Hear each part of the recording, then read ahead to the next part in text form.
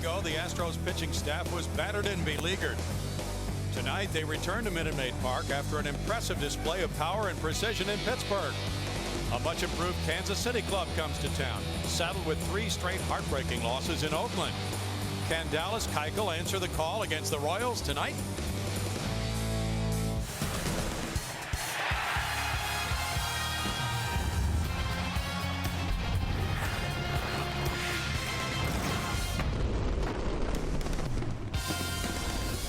Live from Minute Maid Park in Houston, Texas, Comcast Sportsnet brings you Houston Astros baseball. Tonight it's the Astros versus the Kansas City Royals. It's the first of a 3-game series. Good evening, everybody. Bill Brown, and welcome home to Alan Ashby. The Astros coming back from a road trip to begin an 8-game homestand tonight, and they and the Royals have something in common. Both have been losing close, low-scoring games lately. Ash. Kansas City 3 straight in Oakland, all by 1 run. And it's a pretty good Kansas City ball club. They haven't swung the bats the way they had anticipated coming in, but their pitching has been much better than anticipated. Well, the Astros would like to stack up well with them on starting pitching. That's been a good run for them the last 3 games from the starters now. It certainly has, Brownie, and that's been the one area that has created some closer ball games. Jordan Lyles was awfully good in Pittsburgh, and that was promising to see. Eric Bedard able to go 6 innings, longest he has gone for the ball club to this point. So also Eric allowing just 2 runs in 6 innings. And then Lucas Harrell yesterday takes a no-hitter into the 5th inning, gave up a home run, but that was all he would give up on the afternoon. Lucas Harrell was outstanding. He was a ground ball machine. And now it's back to Dallas Keuchel. Keuchel gave up this big home run in the 2nd inning in Detroit. It wound up costing him a 3-run home run to Garcia. But other than that, he was really brilliant, changing speeds throughout the day, moving the ball around, and he gave the Tigers fits when it was all said and done. Well, the Royals have been having their problems scoring runs, but their shining star right now is Alex Gordon. No doubt about it. He is the 3-hitter in the order. He deserves to be it. He's an all-star caliber left fielder. He has just been brilliant out there defensively, and with the bat, he is now becoming one of the real stars in Major League Baseball. He can drive the baseball a lot like George Brett did in that Royals uniform for years. He comes in hitting .343. He's hit safely in, I believe it's 13 of 14, might be more than that right now. Alex Gordon is the real deal with the bat. And the Royals bring a cast of talented young players. Jeremy Guthrie is one of the veteran guys, and he's been good on the mound lately. Jeremy Guthrie actually had a streak of 18 consecutive starts without a loss on his ledger. That recently was broken, but he's a guy that gives up home runs. He's given up 11 this year. The other guys on that list, James Shields is a real front of the order rotation guy. He is an outstanding pitcher. So they've got 2 or 3 guys at the top of the rotation that really have done the job for KC this year. Coming up from Minute Maid Park, as both these teams well know, baseball is a game of inches, and a game in which deciding plays can turn things. They've both seen that recently. We'll have more with Bart Ennis in just a moment.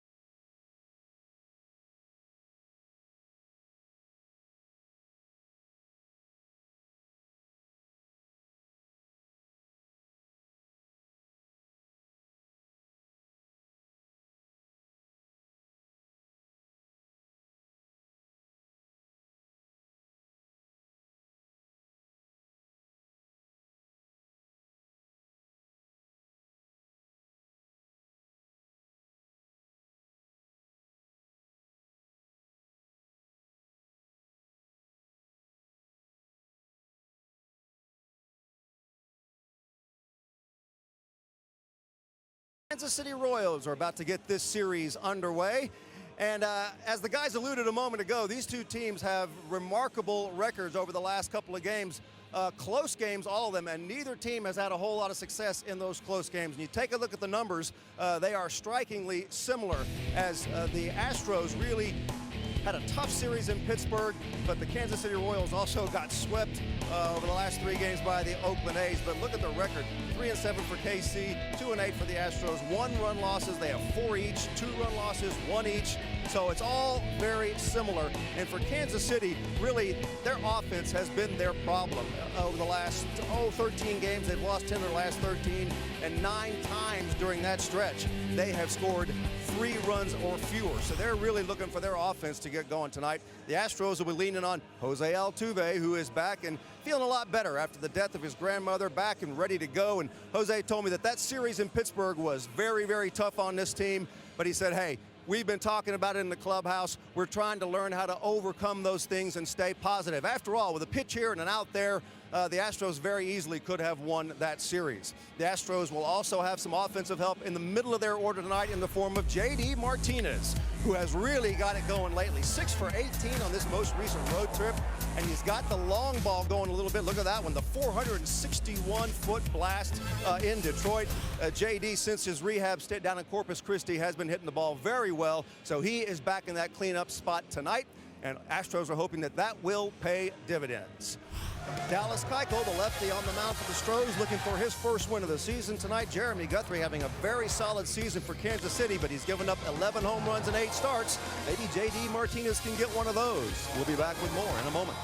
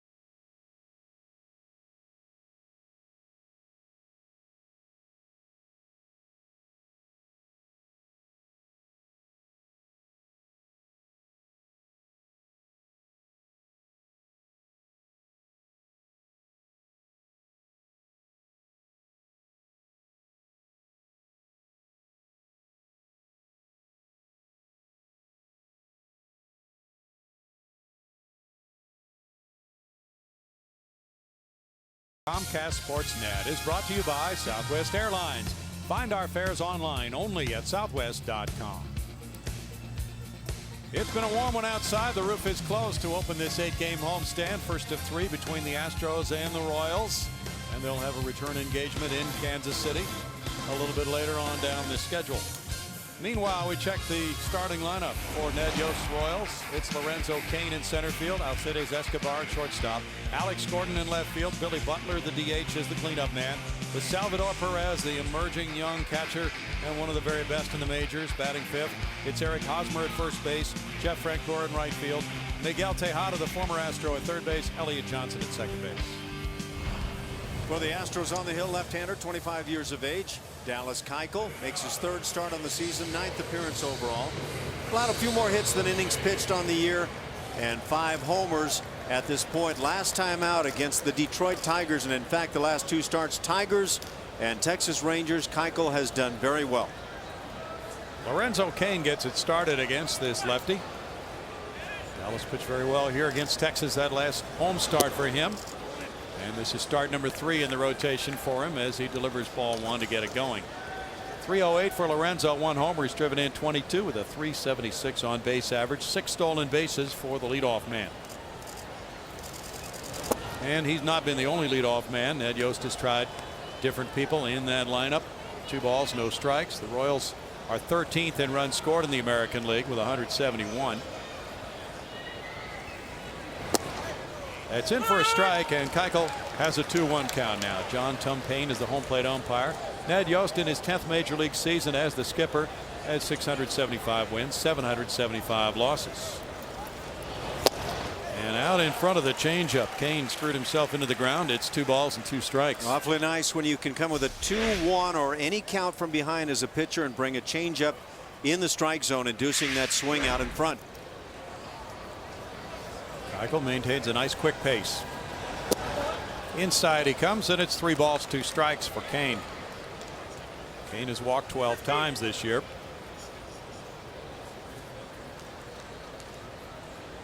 The Royals are 2-4 on their road trip. They went to the Angels place and then to Oakland. They were swept in Oakland after winning a couple from the Angels, and they're a season high 4 games off the lead pace being set in the AL Central by Detroit. Kansas City had a record of 17-10 through May 5th and now is 20-20. Keuchel walks the leadoff man, Cain. That walk doesn't enable the defense to get a whole lot done, but defensively behind Keuchel tonight, Jason Castro behind the dish. Around the infield, first to third, Chris Carter, Jose Altuve, Marwin Gonzalez, and Matt Dominguez. In the outfield, Robbie Grossman in center, flanked by Jimmy Paredes in right, and J.D. Martinez in left. Now the shortstop, Alcides Escobar, comes up, hitting .250 with 3 homers. He's driven in 16. Rail thin 26-year-old from Venezuela with 276 on base average. And he's one of several Royals who has been unable to compile the type of numbers they had last year for a full season when he hit .293. Taking strike 1 there.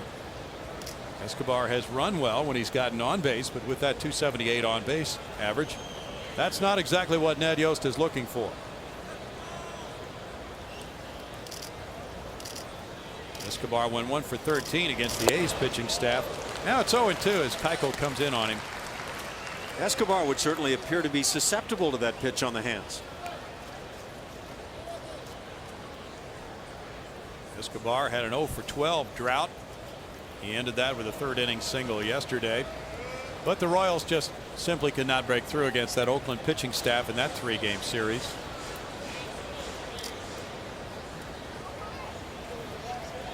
Cain has a pretty decent sized lead with Carter holding him at first base. Gets a little further off now. And a swing and a miss. Escobar's down on strikes. Foul tip actually for out number 1. Keuchel stayed right inside on the hands and gets you out. At American League Central, the Indians, boy, under Terry Francona, what a job they've done to this point. And the Tigers in second place. That's surprising for me. The Tigers on paper, really good ball club. Kansas City much improved. The White Sox starting to swing the bats a bit, and Minnesota is likely to have a tough time. Well, the Tribe looking strong at 26-17. Now the top hitter against left-handed pitching in the American League, Alex Gordon. Gordon lines one to left field, and that will be in for a hit in front of J.D. Martinez, who throws to second. Not in time there to get the out on Cain. Gordon takes his hitting streak to 8 games with that looping liner to left. He's just a good hitter. You can't just try to get ahead on Alex Gordon, because if you come in with that first pitch fastball and find the plate, he's going to sting it somewhere. And he's one of those hitters now that really doesn't care much if you're left-handed or right-handed. He'll get his good swings.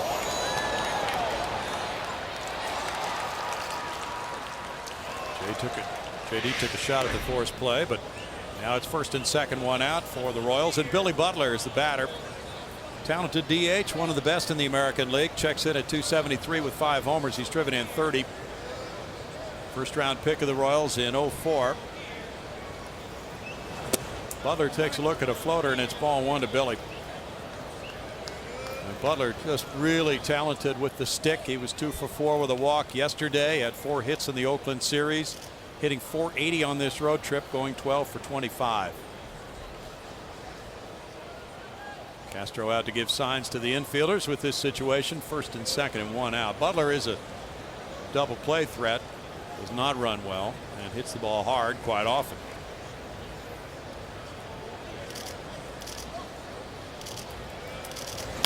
Butler cracks one in the hole. Backhanded. Here's the throw from Marwin. Jose. And on over to Chris Carter. And that's a 6-4-3 double play to clean it up in the first for Dallas Keuchel. It's no runs a hit and a man left. And the Astros lead the majors. This is double play number 58.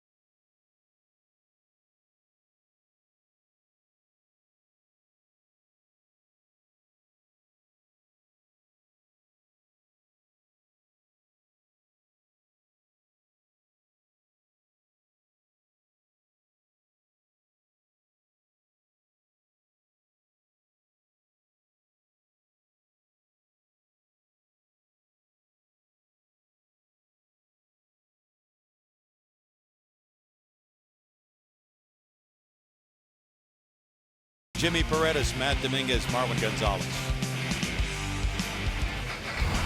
On the hill for these Kansas City Royals, he's a veteran right-hander, Jeremy Guthrie, 34 years of age and having a fine start to his year. 5-1, 2.82 the ERA, and that ERA was much better prior to his last start. That one against the Angels, and they roughed him up and handed him a loss, something he hadn't had for 19 starts. First pitch, ball 1 to Robbie Grossman. Robbie's hit safely in 13 of his last 17, hitting 200, 3 runs batted in. He was talking about that before the game. He knows he can do better than that.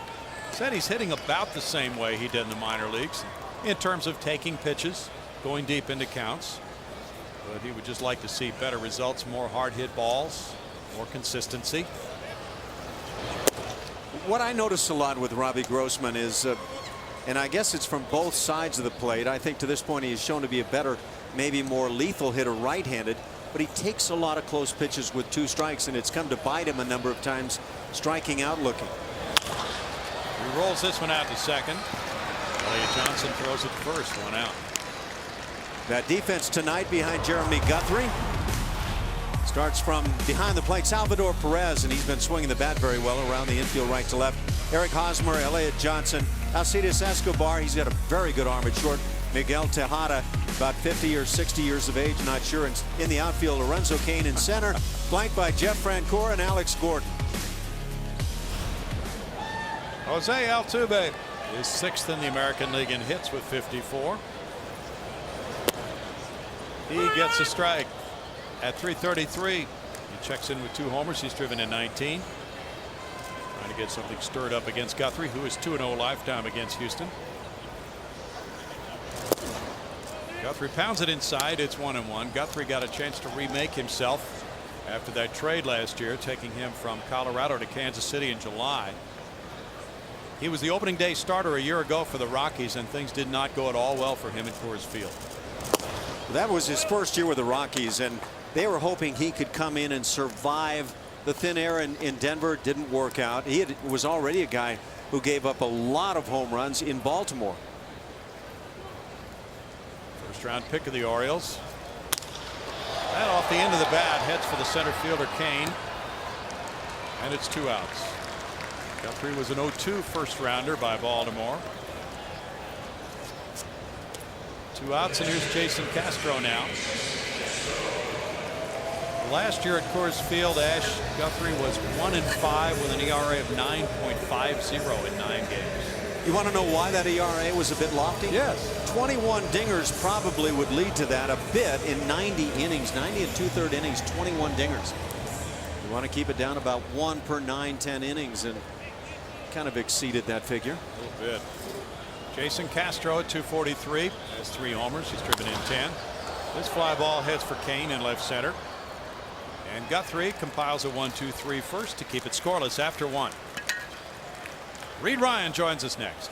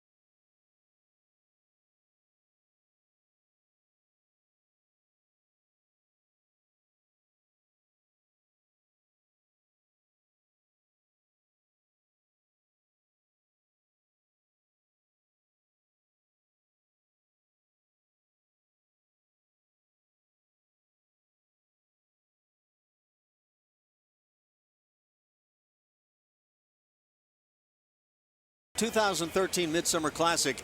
It's in New York City this year. Vote early and vote often at Astros.com. All-Star voting closes July 4th.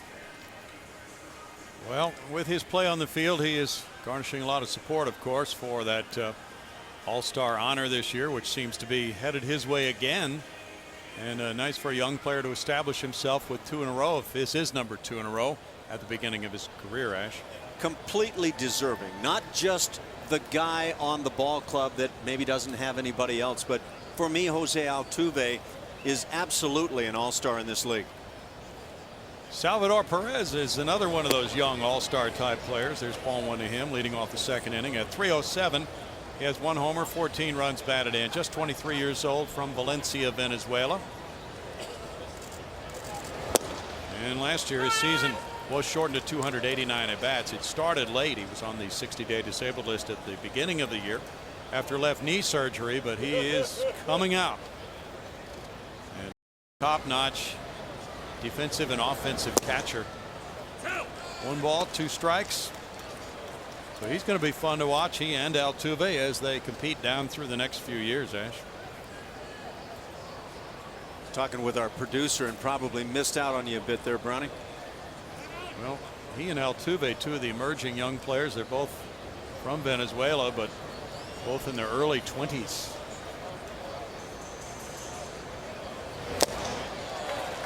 And Perez strikes out. So these 2 guys could be headed for a few all-star teams down through the years, Ash. No doubt about it. And nice to see again there that changing of speed. Good location for Dallas Keuchel. He has to survive with that, as you well know. Doesn't have the type of fastball to dominate hitters. Eric Hosmer comes up next. Hosmer has not been able to get it going yet this year. He's one of the key hitters in this Kansas City lineup. That curve missing for ball one. You saw the stat on how often Keuchel throws that to left-handed hitters. Hosmer drove in 60 last year. He was a first-round pick in 08. In tight, and it's a 2-ball, no-strike count to Eric Hosmer. I think if you talked about the offensive woes for the Royals right now, anybody with that ball club would probably begin by talking about Eric Hosmer and Mike Moustakas as the two guys who have disappointed. That's chopped off the plate out towards second, but maybe a hit. Yep. Altuve tried to barehand it. Hosmer, who's not fast, was able to beat it out. That ball took a high bounce off home plate and had some serious hang time on it. What you hope as you begin a series is that a guy like Eric Hosmer doesn't suddenly get hot because of a little bleeder like this. Oftentimes the chink hits are the ones that'll get a guy going. And that barehanded effort, you wonder, had Jose chosen to go with the glove, might he have been able to get the out? That was the question as the play unfolded. Hit number 2 for the Royals. Brings up Jeff Francoeur, 209, 1 homer, 9 runs batted in. Just 0-56 in his last 10 games for the former Atlanta Brave. He rolls one into right field. Hosmer gets to second. He'll hold there. And it's back-to-back singles as Francoeur hits one between first and second. With one out, it'll be Miguel Tejada. I think Jeff Francoeur would be another guy that the Royals would talk about with the offensive woes. Not that he has failed to produce at all. He just hasn't produced the long ball this year, and I think they've counted on that a bit more from him.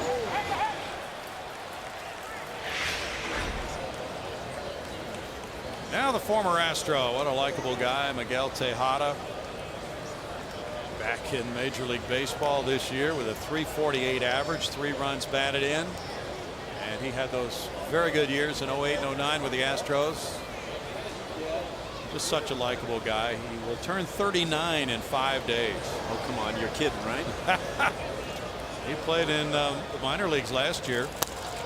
Fouled it back. He was with Norfolk in the Baltimore organization, but was released June 25th. So came back as a utility infielder this year, signing late in the winter to try to make this Kansas City club, which he did out of spring training, and now playing primarily third base. Don't you just love these guys who have talent? They just love the game and they want to stay as long as they can. Yes. He just loves the game too much. It's not about money so much as just doing what he wants to do as long as he can in life. Dallas Keuchel utilizing that inside corner very well on the fastball. Well, that's important because Tejada, as you know, Ash, hits that pitch away extremely well. Well, when he was a young stallion in this game, he could go that way with anybody. Yep. Drove in 150 runs in 04. Tejada is down, and that is out number 2. But that big breaking ball, that's not the little tight cutter or slider. That's a big breaker on the hands. Just sweep it on in on the hands, and as a hitter, other times you try to keep this ball fair and there's almost no way. Keuchel's curveball has been very effective, and there's only a 188 batting average when he throws that pitch. Now Elliott Johnson, former Tampa Bay Ray, comes up. Johnson takes it. It is strike 1 to the number 9 hitter, a .265, 1 homer, 2 runs batted in. Royals are 11th in on base average in the American League. They certainly have improved their pitching staff with the moves they made over the winter. And with these young players in the lineup, they had hoped to support them with better offense than they have had this year, Ash. And it's been a ball club, the Royals, in recent years. They'll start out a season just hitting the ball all over the place, but they've had no pitching. And now they've gone out and they've certainly improved in that category, and the offense dips. Well, they had extremely high hopes after having failed to make the playoffs for 27 consecutive years coming into this season. Where was George Brett all that time? Yeah.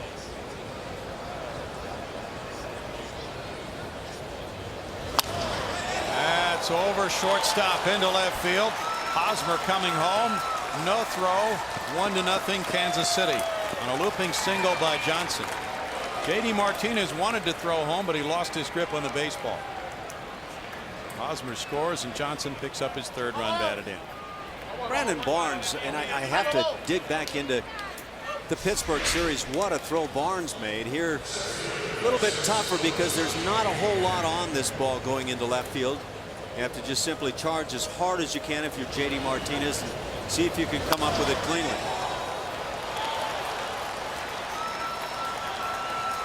Did a nice job charging, just couldn't make that transfer. Eddie Rodriguez, the third base coach, sent Hosmer home, and it's 1-0 with Kane coming around for the second time now. He walked his first time up. Lorenzo injured a groin about this time a year ago, and that really dogged him. Wound up missing 78 games last year. He's from Valdosta, Georgia. Keuchel had a count of 0-2 on Johnson when he gave up that hit. So again, oh so close to ending the inning. And he's had an infield hit off the plate from Hosmer, and that looping single barely over the outstretched arm of Gonzalez at shortstop.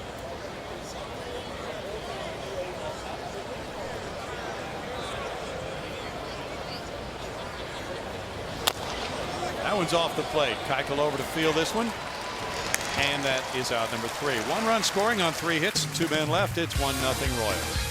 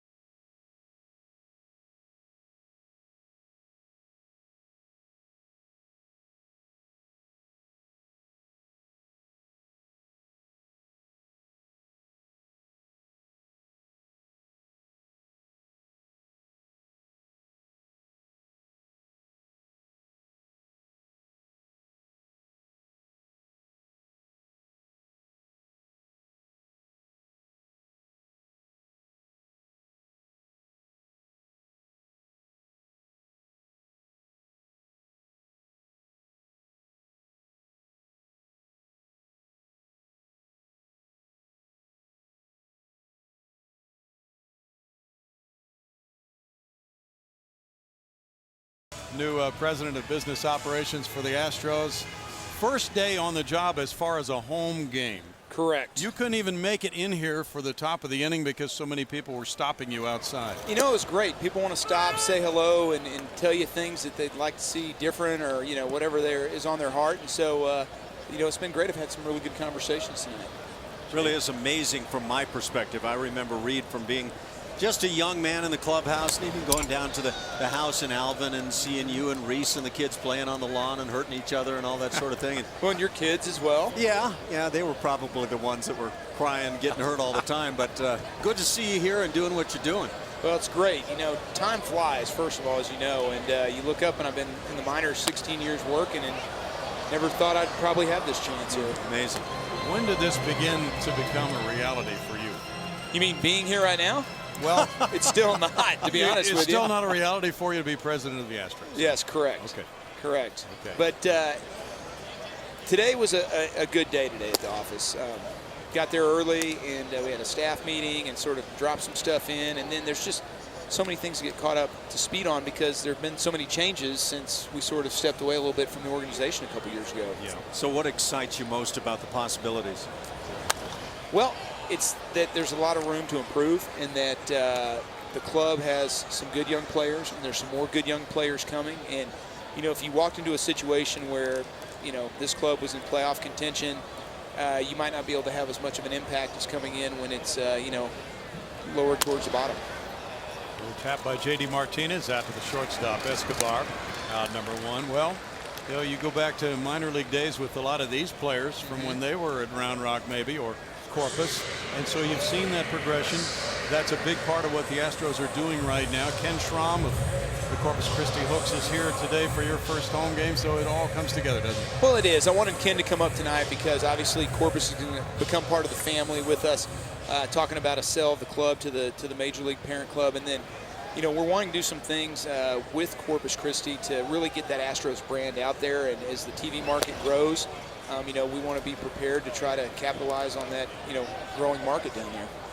And I hear that you're immersing yourself already into the Astros in Action Foundation. You're very interested in doing more with that. What I told Meg today was that, hey, anything we can do to get out in the community, anything we can do, you know, where I'm out there with kids, people want to hear me talk about the game or come out and do something, let me know. I'm glad to do it. I have a real passion for this game, you know, and you guys feel the same because it's given our family so much. It's given us so many great opportunities, and so I just want to hold it in that high regard and treat it with the respect it deserves. And speaking of your family, I'm sorry, but I can't help but look at you and see your dad in a younger day. It's just uncanny. Yeah. I tell him, I say, I got the hair and you got the arm. How did that work out, you know? Well, right now it's kind of working out better for you. Yeah, well, he called me early this morning, and then this has been just such a whirlwind day. I said, oh, hey, I got to let you go. I had this call coming in, and then I talked to Roger because I'd left him a message, Clemens, and he kind of gave me about 30 minutes of stuff. And then I called the commissioner, and then I'm in this meeting about TV, and it's just like, hey, first day on the job is not, you know, just sharpening pencils all day. I was just thrown right in the fire today. How is the pace of this job compared to the job you had?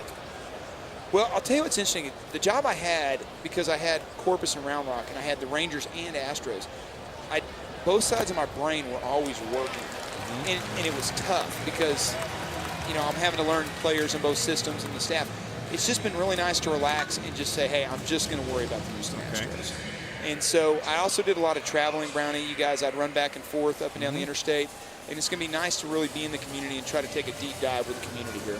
Exactly. You talked about the TV stuff going on, and you had a meeting today. I gathered you had something going on there. How's that all coming? Well, the meeting I had today really was just with Jim and some of the folks just to say, hey, let's bring you up to speed on kind of here's where we are. Because there's so much, people are asking me questions, and, you know, here it is, literally the first day today.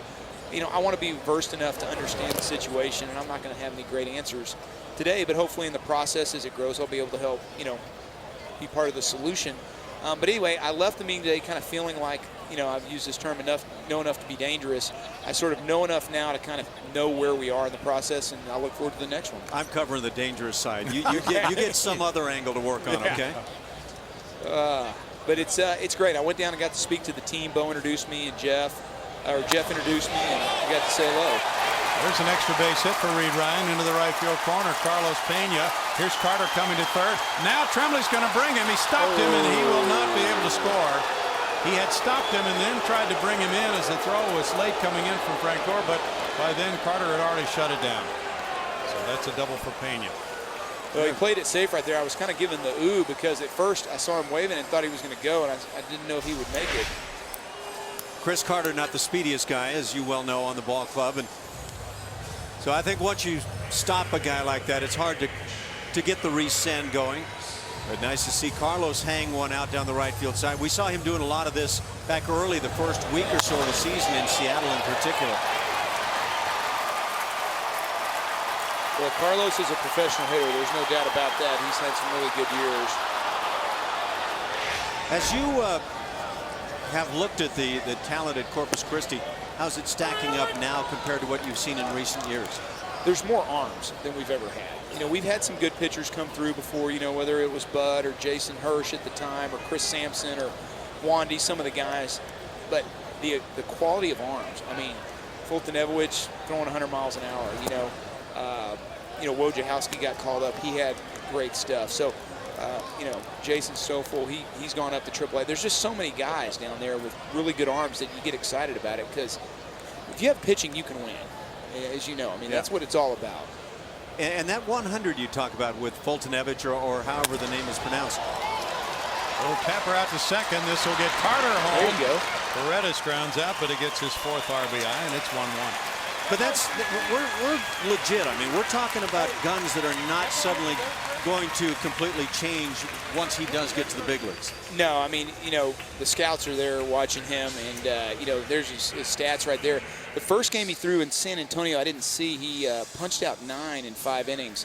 And so he's got an ERA right there of 1. And Gary Ruby, who's the pitching coach down in Corpus, a very well-respected pitching coach in the game of baseball, said he's the best prospect he's ever seen. So if that can't get you excited, what can? Right. That is impressive. Now Matt Dominguez looks at ball 1. Well, as you've seen this succession of young talent come to the big leagues and now settle in for a while, it's a time for the fans to watch these players on an individual basis throughout an entire season and see how much progress they make from now through September, Reed. Well, that's one of the things I always heard in the minor leagues, where people would say, hey, we love seeing the progression, especially at AA, of a guy. Mentally, it's not the physical tools once somebody gets to AA. It's how they handle failure and the travel and all the things that go into being a big league ball player, a professional ball player. And we're going to get to see a little bit of that here this year with some of these guys that are, kind of been thrown into the fire. Did you sniff any of this coming when you first embarked on the minor league stuff you got into? I didn't, Alan. I wanted to be in the game, and when we bought Round Rock and we started that, I just didn't have any bigger aspirations. And then when we got in and had some success, I was really worried about maybe another AAA team moving into the Austin market. And so we got proactive, and we were able to buy Edmonton. And they were trying to get the teams out of Canada, brought it down to Round Rock, moved the Round Rock Club down to Corpus. And at the time, that was, probably as high as I was on the aspiration list. And then as, things progressed a little bit with my dad being here, with, Jerry Hunsaker and Tim Purpura through the World Series in 05, I always thought, well, there may be an opportunity one day down the road. But didn't think it would be at 41 years old, to be honest with you. So set your sights high and then wind up even higher, huh? I guess that's it. Or you know what? I think it comes down to honor the game, do things the right way. And our success in the minor leagues has just been treating people like we want to be treated. It's that simple. 2-2. Well, your reputation, of course, is excellent through the years at Corpus and at Round Rock, and those fans keep coming back year after year, and those teams change so much from one year to the next. But at this level, as you know, there isn't usually that much change, so people get a chance to watch these same guys year after year. Well, that's what you hope for, that you get a group like Bagwell and Biggio and all the guys that came through, and you got, guys that are fixtures in the lineup every day. But I'll say the beauty of our success up until now has really been the people that we get to work with. It's all about the staff that you get to work with. It's all about the players that you get to work with. And like I said at the press conference, I just feel like we've been caretakers of the game, and there's so many people that want to work in this game that it just makes it really nice. Dominguez puts it in the air to left center field. Kane loping over for it. And can you stay for another half inning? I think I can. I'll check with Gene, so let me see. We need to talk about George Springer, among others. It's 1-1 after 2.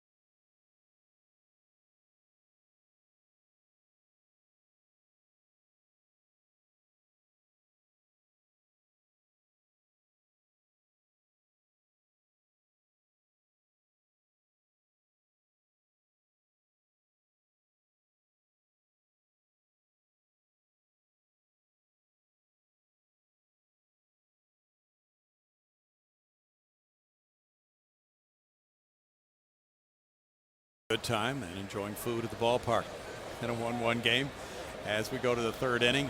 And it's great to be able to sit here and hear from Reed Ryan after hearing all those Phil Garner stories about how you used to pilfer his gear and take it out on the loading dock at the Astrodome and put it up for sale. Yeah, Is that really true? That was my brother Reese. There was a little bit of artistic license that Phil took, and I corrected him the other day. I called him. So, but that's okay. Reese is a good egg too. And so Reese was the businessman earlier. He was. I was the PR guy. He was the businessman. I might have barked up some patrons for him. So that's how Reese got to be a COO. Yeah, that's good. 1 ball, 1 strike. Well, we mentioned George Springer. He's, of course, one of the bright lights in this organization, leading the minor leagues now in homers with 13. He's driven in 32. He has an OPS of over 1,000. And this is one thing that people enjoy, following the progress of these top draft choices like George Springer throughout the organization. Yeah, George takes a hack. He's not afraid to swing it, and he can create some bat speed, and he's hit some bombs down in Corpus Christi. And a couple times, you know, the wind's either blowing out really big or blowing in really big. And the other day, the wind was just ripping in, and he hit one as far as I've seen somebody hit one into the wind. So he's got big league pop for sure. Defensively, he can go too. Yeah, he can. You know, you look at him, the question's going to be how many strikeouts does he have, and what can he do? But, you know, if he can cut down on those a little bit and hit 30 home runs, I mean, he's a big league player. You know, I'll say of George Springer, we got to see him early on this past spring. There's one of his bombs. But I thought the first 10 days or so of camp this year that he might have been the best player at camp. He was that impressive. Now, he reminds me a lot of Hunter Pence. You know, he doesn't run quite as awkwardly, but he's big and, you know, he's lean. He's got really big arms, takes a big swing. He's got a better practice swing, I hope, right? Yeah. Yeah, doesn't dislocate the back on the practice swing. You know, you brought up a very interesting point about the strikeouts, because the average fan might just look at his numbers and say, why isn't this guy in AAA right now? Ooh, there's a broken bat. Watch out, Dallas Keuchel. As Altuve takes care of Gordon's grounder. That is scary. But the strikeouts are important to a major league organization trying to project a hitter at AA, saying, yes, the numbers look really good, but there are some things we can refine about his hitting. Well, I spoke to Jeff a little bit, and, you know, obviously his plan and the guys that work with him has been to bring these guys up when they're ready, not to try to push guys, and especially these guys that have high ceilings. And he talked about it at the winter meetings. We're going to push them when they're ready. I mean, we're not going to push them. We're going to move them up when they're ready, that they feel like they've earned it and that they can master the next level. And so I wouldn't be surprised to see him get that opportunity at some point during the season, because I think at this point he really has, you know, started to master AA hitting.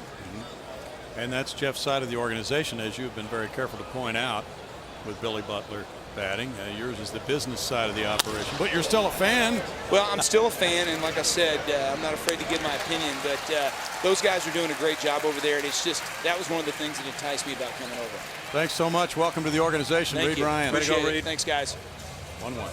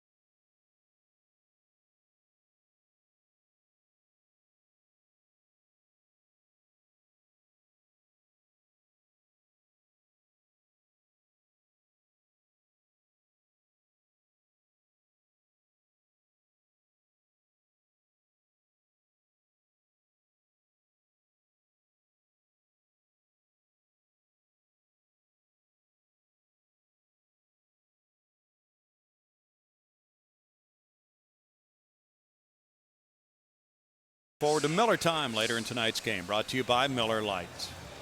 Well, an engaging ball game so far. We thank Reed Ryan for joining us. And now we go to the bottom of the third. Gonzalez, Grossman, and Altuve due up for the Astros against the veteran right-hander Jeremy Guthrie, who's won 60 and lost 78 in his career. Twice he has been a 17-game loser. That was in 09 with Baltimore and in 2011 with Baltimore. But he's piled up the innings down through the years, and a free agent signing for 3 years, $25 million after the trade brought him to Kansas City last year, cemented his spot in the rotation this year. He's also a guy who has led the major leagues in home runs allowed, that back in 2009. Strike one to Marwin Gonzalez at 241. He has 3 homers, 10 runs batted in. Only 34 pitches for Guthrie. Last year he was 8-12 with a 4.76 ERA.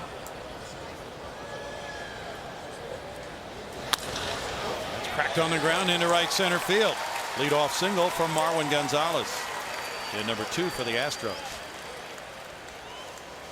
Marwin's been a real steady, positive influence for this ball club this year. He hasn't torn it up with the bat, but he's done a fine job. And defensively at shortstop, I just think he continues to get the job done. Yes. By the way, Ronnie Cedeno is feeling good again after a sinus condition. He can play whenever the manager is ready. Robbie Grossman grounded out earlier, working that count to 2-1. Now he bunts. Salvador Perez bare hands and gets him. A good play. Ooh, that's coming out of there very well from behind the plate. And not only just coming out of the starter blocks, Perez gets on the baseball and gets rid of it quite quickly. Well, it was impressive to watch how quickly he moved, wasn't it? Watch him come out. I mean, he is on this ball and then done with the baseball. Robbie Grossman does a fine job with that soft bunt. And I don't know if anybody picked it up, but that left hand slides up to within inches of the end of the bat. That's great confidence to hit the end of the bat and deaden the baseball. Jose Altuve has the RBI chance now after the sac bunt. Throw gets away and taking off. Here's Gonzalez going to third. Very aggressive move. The ball didn't roll more than about 15-20 feet away, but he was going right when he saw that ball loose. Yeah, you try to aggressively go after somebody, and you make such a good throw that it winds up very near the leg of the runner and it gets by your infielder and just compounds problems. Most of the time you're told as a pitcher, just get the throw up around the waist, even the chest for that infield. Now the infield moves in. The error went to Elliott Johnson, the second baseman, who failed to catch that throw over the bag by Jeremy Guthrie. Now runner at third, 1 out, and a 1-0 count. Altuve's driven in 19. And he'll drive in number 20 with this one. A deep drive to left center field. Kane on the run with the grab, and he tucks that one in his pocket on a sac fly by Altuve. It's 2-1 Houston on the sac fly. Altuve driving in his 20th. And a single, sac bunt, error, sac fly. Little man my tail. He is a very good major league hitter. Talking about Altuve, he's getting the job done. He got a pitch to handle and does what you're supposed to do.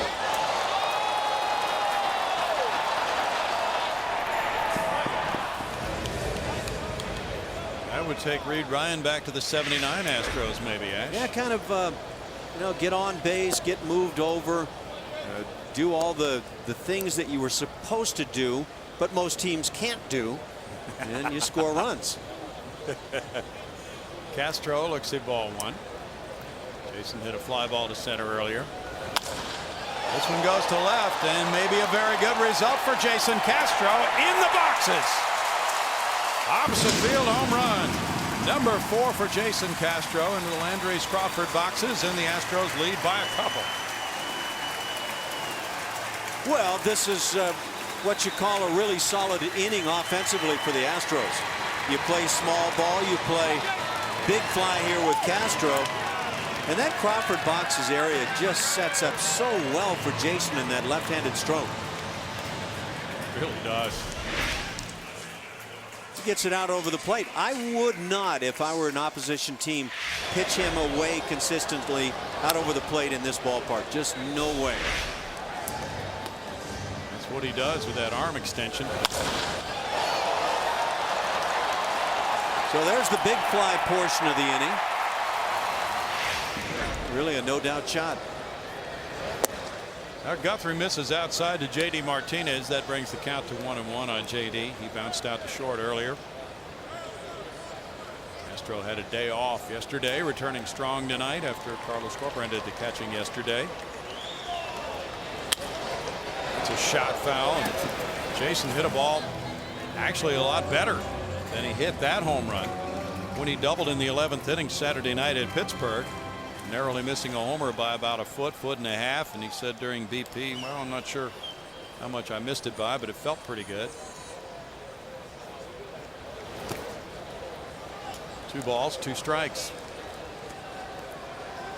Yeah, if you wanted to put together a tape for the minor league teams to see offensively about what an inning can look like when you do things well, this would be a good inning. Oh. A little foul ball keeps the count where it is at 2-2 on J.D. Martinez. Jason Castro last homered on the final game of the last homestand against the Texas Rangers here. So 2 homers in his last 2 home games. And that one's shot on the ground. Second baseman Johnson to his right with that play. And the Astros put together a 2-run third on 2 hits. Here's Castro's long ball to make it 3-1 Houston.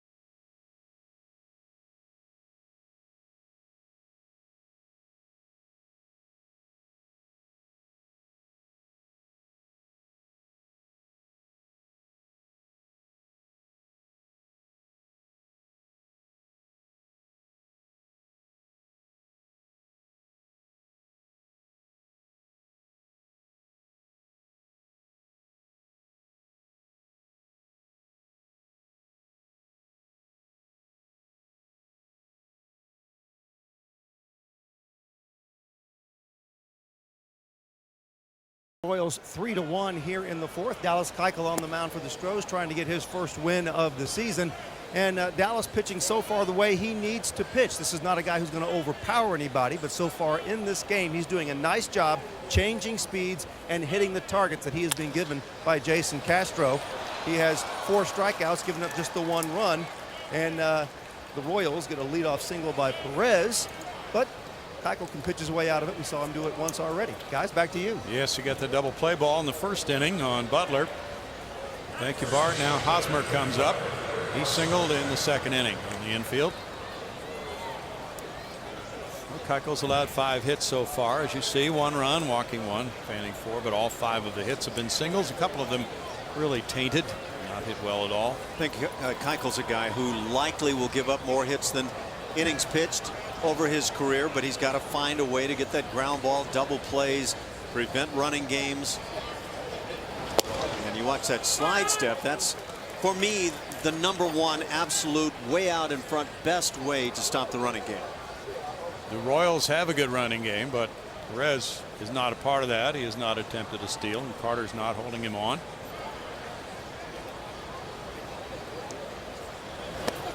Big cut there by Hosmer, and it's 0-2. A guy like Keuchel can really take advantage of somebody who takes that big long swing. Yeah, he's got the terrific changeup, and that's not going to be the only pitch to help him, but we've seen the curveball and the slider, and locations. Location is always key. Another big cut. Oh, he wraps that bat around as he strikes out. That's number 5 for Keuchel. And that's his high in an Astros game this year. So we talk about Dallas Keuchel not being overpowering, a guy that has to get outs on the ground, and now he goes and starts striking everybody out. So you have to actually caution a guy that doesn't have the strikeout stuff to be careful. This isn't who you are in the long run. Good point. His major league high is 6 strikeouts in a game. Now Jeff Francoeur with ball 1. He singled to right field in the second inning. Oh, he was quite something when he first came to the big leagues with the Atlanta Braves. And has had a hard time keeping up to those standards offensively. 29 years old. He was a first-round pick in 2002 by the Braves. It's no ball, or 1 ball, 1 strike now. Francoeur this season has 5 walks, which has always been the knock on him. He doesn't walk enough, and 32 strikeouts. Jeff last year drove in 49 runs in 561 at bats.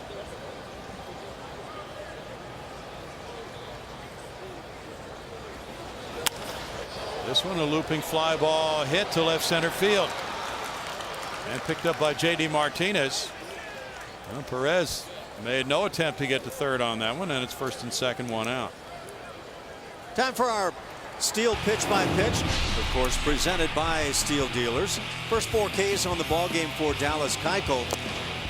He picks it up with that little cutter down and in, changes speeds down and away.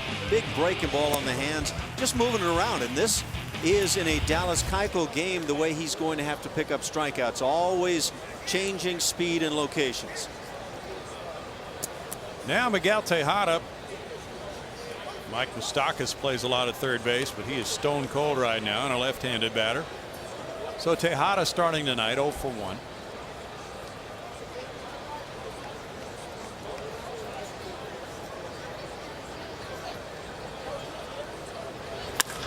He rocks one to left field, and that's going to reach the Landry's Crawford boxes. A 3-run homer for Miguel Tejada. And the Royals now lead it 4-3 as Tejada goes deep for the first time with Kansas City. That's his first major league homer since the 2011 season with the San Francisco Giants. That looked like the version of Miguel Tejada that right here in this ballpark is part of the home run derby. Year was that? 04. Of course, he was the winner over Lance Berkman. This is the swing.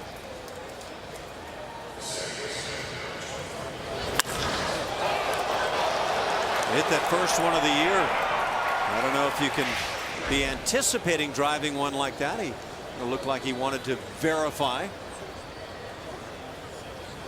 Now 4-3 Royals as there is ball 1 to Elliott Johnson. So for the second straight start, Dallas Keuchel victimized by a 3-run homer. And each time it was the hitter's first home run of the season. That's dribbled out to third base. Matt Dominguez quick on target throw. 2 outs. Yeah, in that other case, Alcides, I can't remember his first name, Garcia with Detroit, his first major league dinger.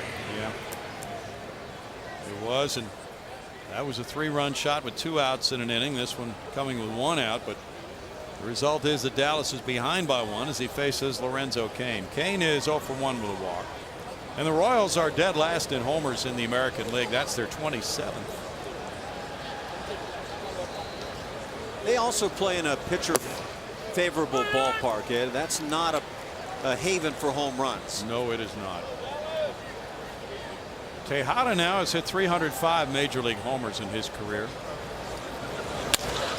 That's near the right field line, and a long run for Jimmy Paredes. Good reaching catch. Excellent play by Paredes near the right field line to end the Royals' fourth. 3-run scoring on 3 hits. Tejada goes deep to make it 4-3 Royals.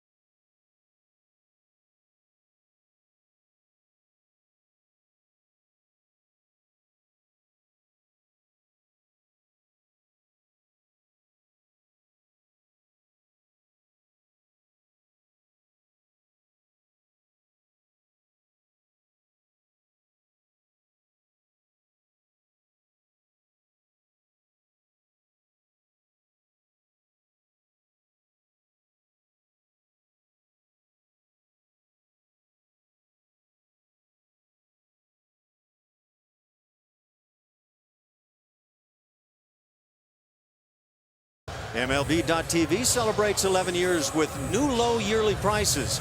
Watch every out-of-market game live on over 350 supported mobile and connected devices in HD quality with MLB.TV Premium. Visit MLB.TV. Baseball everywhere. As Carter gets it in the air, foul, and that is strike one for Jeremy Guthrie. He's now been handed a 4-3 lead thanks to the 3-run long ball by Miguel Tejada. Souvenir time for that lady. Pena and Paredes to follow here in the Astros' fourth. The Royals have the edge in hits, 7-3. Throw it back. Throw it back. Carter started to move the bat. The appeal went down to first. Check swing call there by Jim Reynolds, and it's 1-1. I don't think she's listening. She's posing. You poser, you. That's a good time getting that baseball. Gotta pose. Now that one went against Carter, and it's 1-2. You know what? I have never understood the throw it back thing. How fans can get themselves a Major League Baseball, and because it comes from the other team, they're going to throw it back. No, have to agree with you. I didn't live my life that way. Carter strikes out. That's number 1 in the strikeout department for Guthrie. He's living on the outside corner with that breaking stuff. Guthrie coming into this game and throwing his fastball 56% of the time, slider 24%. Changeup is a lot more effective pitch for him this year than it was last year. Carlos Pena doubled up the right field line into the corner in the second inning. It's great career numbers against Guthrie. Here's ball 1. 346 against Jeremy with a homer and 4 runs batted in coming into this game. Jimmy Paredes on deck.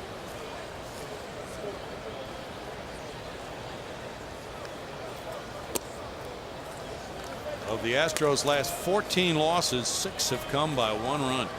So they are 3-9 in 1-run games. The Royals are also struggling to win those. They're 7-10 in 1-run decisions. Pena takes a look at it. That's ball 3. Guthrie has kept his walks down in his career very well. Seen him at times actually get into that mid-90s range. He's been kind of 93-ish tonight, but he can go above that. He's got a very live arm. There's a 4-pitch walk. That's a rarity for him. Second walk of the night. Let's see about the walk rate. 3.1 with Colorado last year, 2.0 since. That helps. It goes a long ways to helping a guy. And again, he had gone 18 consecutive starts. That began last year in a Kansas City uniform. 18 starts without a loss. And the Royals If they're going to make some noise this year, they need him and James Shields and others to step up in that rotation. Jimmy Paredes drove in a run with a ground out earlier. And this one a smash into right field. Pena to second, holding there. And here's the throw back. Well, Tremblay was holding him at second base, so he got some help from his third base coach on the single by Paredes. Big smile, and hits have been hard to come by of late. It's a free swinger from this left side. Got a pitch up, and Jeremy Guthrie starting to get a number of pitches in that zone.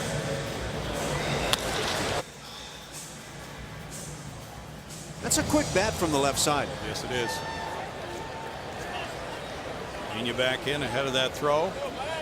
And Jeff Francoeur has well over 100 Major League outfield assists in his career. Now it's Matt Dominguez. He hit a fly ball to center on a 3-2 pitch earlier.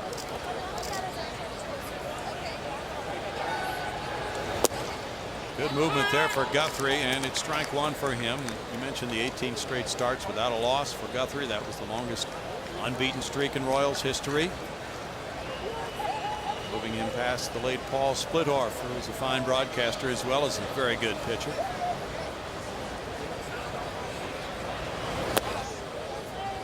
One and one. Splithoff, a left-hander, part of some of the really good Royals teams through the years. Yes.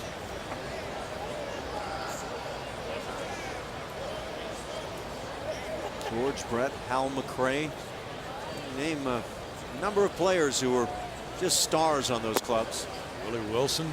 Yeah, he was the gifted speedster. Frank White. The second baseman he was. 2 balls and a strike. That was a great collection of talent, but it's been a long time for this club since the last playoff appearance. They ramped up their payroll this year. It's the highest they've ever had. They had their own version of Jose Altuve at one time.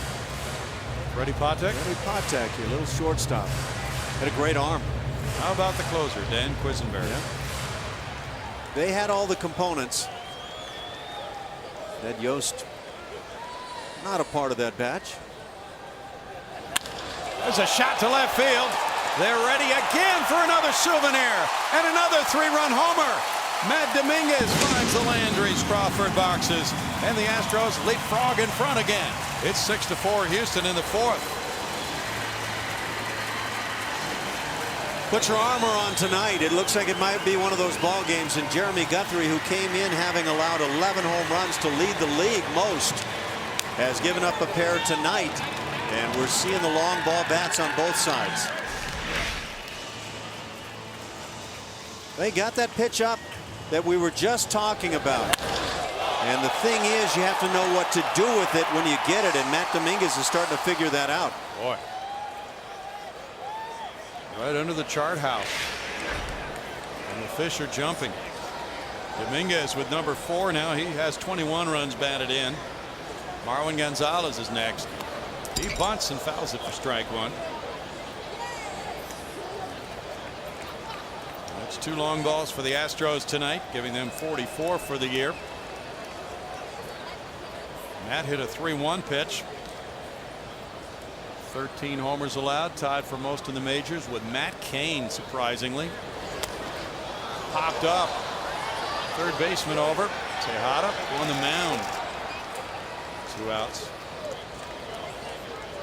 Log on to csnhouston.com and click on In-Game Live to enhance your Astros experience via computer, smartphone, or tablet. Get in-depth stats and join the social buzz. In-Game Live only on csnhouston.com. Happy moment over there for Matt Dominguez after giving the Astros a 6-4 lead. What a 4th inning. 2 3-run homers, both sailing into the Landry's Crawford boxes. So those patrons are being kept supplied tonight. There's strike one on Grossman, who's put down a sac bunt after grounding out. There's a parallel inning here. Both 3-run homers by the number 8 hitters and both third basemen, Tejada and Dominguez. A couple of up-and-comers. This has the makings of a wild one. Ground ball hit through the left side. Robbie Grossman got his hands out in front. And on the 0-2 pitch, found a good landing spot for that ground ball. It's a nice little stroke for a guy like Robbie Grossman, where you swing down through the baseball, sting it a bit, and put it on the ground, give yourself a chance. Hitting it the other way really gives Robbie a chance batting left-handed. Right-handed, he has shown more pop.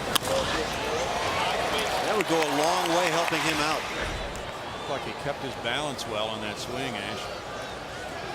He didn't juice it right on the barrel, but again, hitting it the other way, I think could serve him a real good course of base hits going to left field.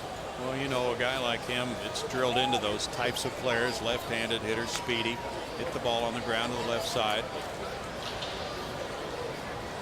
That was in the dirt to Altuve for ball one. Hit the ball to center both times. It's 2-0. Well, I'm going to guess during the 18-game span without losing a game, Jeremy Guthrie wasn't leaving a lot of pitches like tonight up in the strike zone. Probably so. He had a 2.82 ERA when this game started. Bounce to shortstop. Escobar with the toss. And to Elliott Johnson to get the forced play. Matt Dominguez. They call him Domingo. Domingo goes deep to give the Astros the lead, 6-4.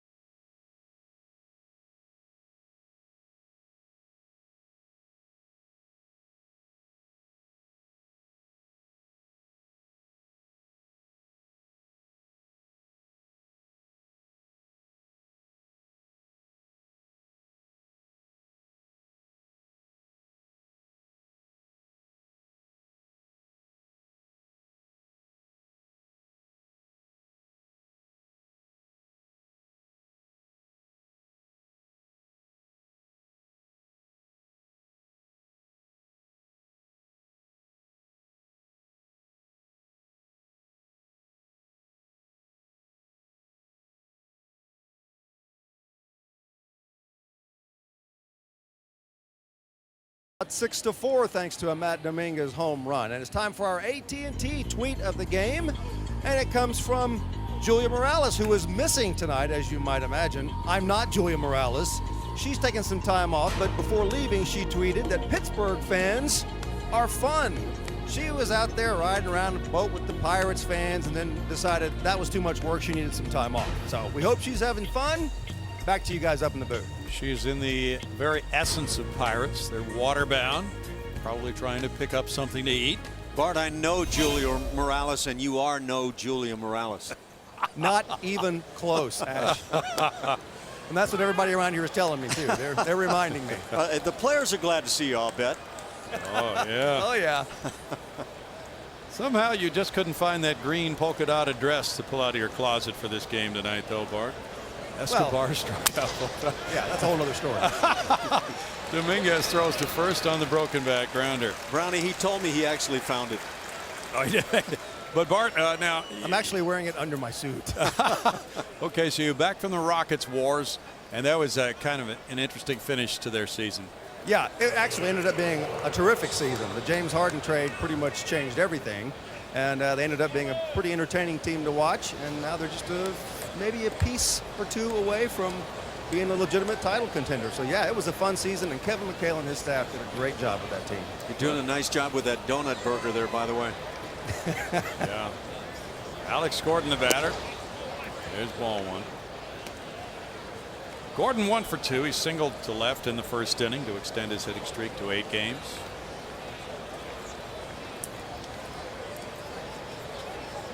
Grossman shading him to right center. He pulls it foul. That's Rusty Kuntz, former Astros coach. 1-1.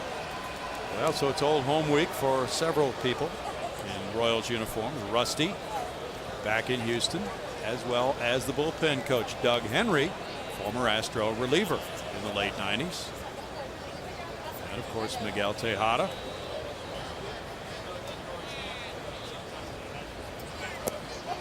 Breaking pitch, and Gordon didn't chase it. It's a 2-ball, 1-strike count. By the way, one thing to watch for maybe in this series, late in the ball game, with Alex Gordon, left-hand hitter, coming to the plate in a big scenario, do you bring on lefty to face him? His numbers say you don't. He has been tremendous against the southpaws. Yeah.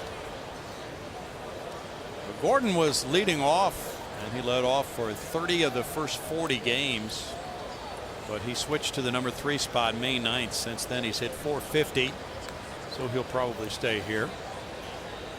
Now Dominguez moving to his left. He is far off the third base line. And Gordon calls time and backs away. About 2 weeks ago in a 3-game series against Baltimore, Gordon hit homers in each of the 3 games. That's in for a strike. 3-2 now. There are those, including Alan Ashby, who think that Alex looks at the plate similar to George Brett. What I think is when he swings, he's got that one-armed extension and can drive the ball. There's a moment there right at and after impact that can look a lot like George to me. Well, it's probably inbred in him. He's from Lincoln, Nebraska. Went to the University of Nebraska. Grew up a Kansas City fan. And his younger brother Brett is named for George Brett. Alex Gordon's father played baseball for the Cornhuskers as well. Yeah, that stance is nothing at all like George, but once he gets through the hitting zone, there's quite a similarity for me. Well, another similarity with Brett is a lot of doubles. He hit 51 of those last year to lead the American League. And takes a walk.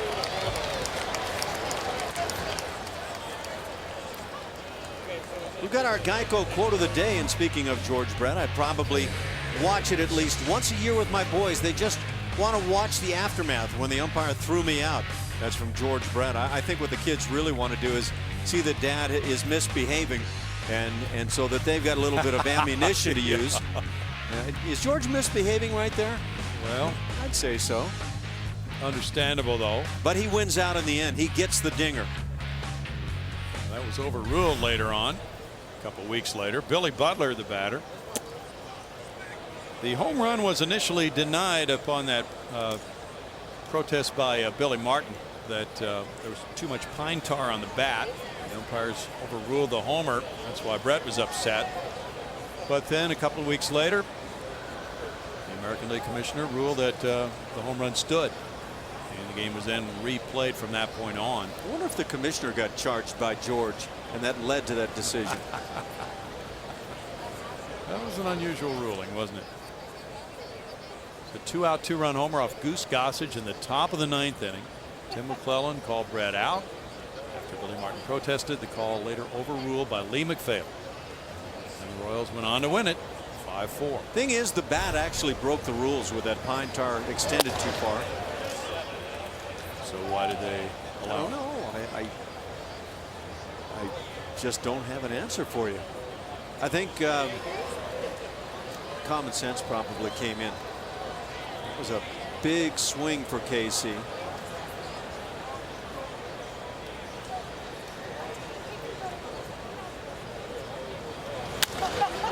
Butler fouls it back, and he's late on the 2-0 pitch. I have a feeling if a few of the other players, maybe one here in the booth included at that time, had hit that home run and had the bat like that, maybe the call might have stood. Sometimes it doesn't hurt having a big star get involved in a play like that. That's true. No, I'm not talking about Tim McClellan. I'm talking about George. When you guys go to Kansas City, you guys being you and Julia and Jeff Blum, our other traveling party. So you've already decided you're not going. Yeah, but it's a fine place. Julia can check out Billy's barbecue sauce for Billy Butler. And it's to benefit Butler's Hit It a Ton Foundation, which donates food to area shelters for every home run he hits. Made to his specific taste? Guess so. Inside, and now back-to-back walks have Keuchel moving along to Salvador Perez in a troublesome situation. Here's the story on that Lee McPhail ruling. The spirit of the restriction on pine tar on bats was based not on the fear of unfair advantage, but simple economics. Any contact with pine tar would discolor the ball, render it unsuitable for play, and require that it be discarded and replaced. So they didn't want to replace more baseballs. But he did not violate the spirit of the rules. I see. Okay, it's that simple. Guy fouls off 10 baseballs in one at bat. We're okay there. Just don't get any pine tar on one of them. Exactly. Salvador Perez now a dangerous hitter. He's 1 for 2 in this game. The Royals signed him to a 5-year contract through 2016, and that was before last season, but then he hurt that left knee in spring training, so it cut him down to about a half a year with a big league club last year. This could be his real coming out year. He's listed at 6'3", 245. And as we saw, he has pretty good movement behind the plate.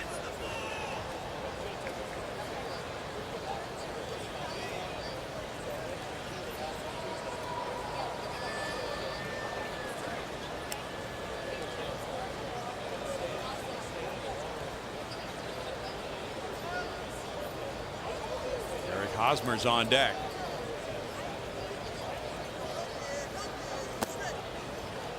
Perez takes it. It's ball 1.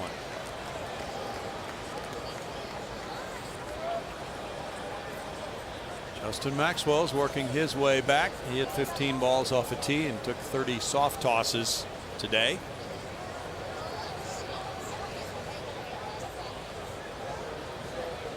May not be too far from returning to the Astros, but usually there's some minor league rehab time involved. Bouncer to second. There's the toss for Altuve. Gonzalez, the middleman. It's a 4-6-3 double play.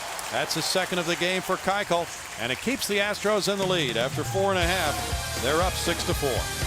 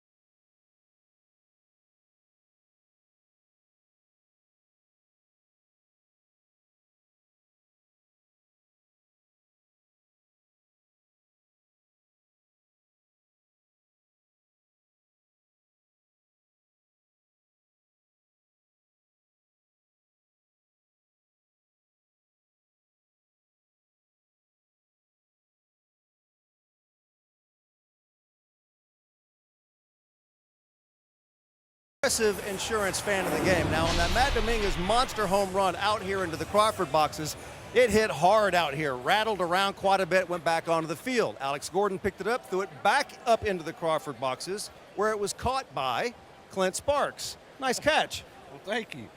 Nice catch for a ball that really wasn't off the bat. No, I'm just taller than everybody else. Well, that counts for something. Now, you didn't keep the ball because somebody down here was calling for it, so you threw it down to them. Why is that? Somebody hollered at me for it. I got a lot of baseballs. Yeah, show the folks your bag full of baseballs here. Hold it up. Look at that. He's got a bag full of... This guy is a Crawford box ball hawk out here. So he tosses one down here. How would that go for you? I went pretty good. I caught it. Yeah. All right, show us the bag one more time. All right? This guy sits out here catching home run balls, and he's got, how many do you have? Maybe 8 or 10. Looks like about 8. Yeah, so he gave one up. A couple of them are signed. He gave one up to Brandon down there. So for that spirit of camaraderie and teamwork out here in the Crawford boxes, he is our Progressive Insurance fan of the game. Congratulations. Well done. Can I have one of those balls? He's not going to give me one. No. I bet he'd give Julia one. Back to you guys. Don't beg, Bart. I'm begging. It's a grab Can I bag. please have a ball? It's a grab bag. You want me to grab one? All right. So the guy brings a bag to the ballpark so he can get baseballs, but gives one away that was hit there in the game, huh? Yeah. That's a very charitable man. The gift of giving. Jason Castro has a 2-2 pitch coming, and that's strike 3 for Jeremy Guthrie. Strikeout number 2. Royals altered things a bit. They're working hard in on Jason Castro, and I would expect all ball clubs to do that to some good degree here at Minute Maid Park. You and Jeff Blum talked about that on the road, and it does seem that the patterns are changing, and that's the usual case in a long season. J.D. Martinez is grounded out twice. That's in the air, and here comes Hosmer for it over in front of the Astros bench. Perez sliding, and he bangs into that railing. Well, Perez went in hard. It looked like he may have run up against that rail at the bottom there, and that doesn't budge. See what he does here. Yeah. Oh boy. Yeah, he actually hits that padded area on the hip, and I guess that's where he's ultimately hurting, but padded or not, that's solid stuff. It really is. Yeah, that's really going hard into that railing, the upright railing. He does get out well from behind the plate, doesn't he? He's quick. He went in pretty hard and may have tweaked that right hip and reached down for it. It's lucky he didn't turn an ankle real hard as he went into that netting initially.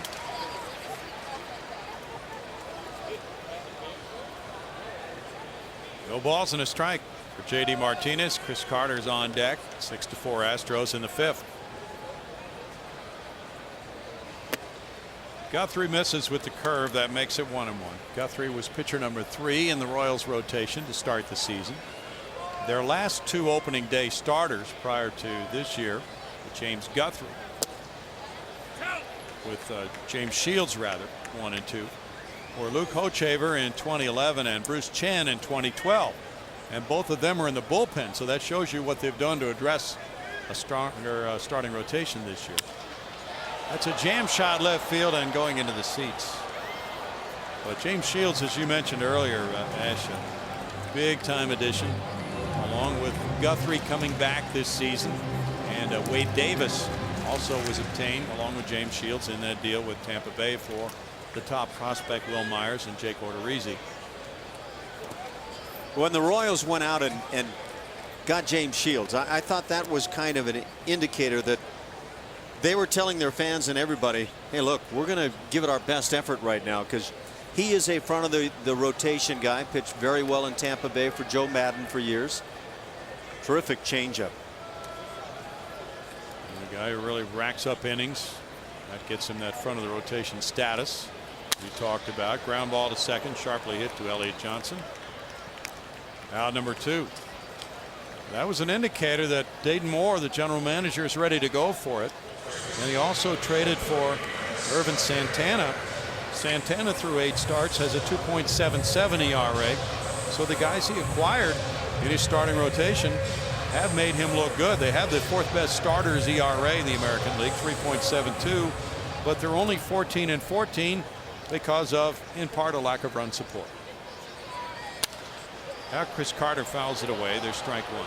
Funny how it goes, and we talked about it earlier in the ball game, but in recent years, Kansas City's young hitters would put up some tremendous numbers, especially early on in the seasons.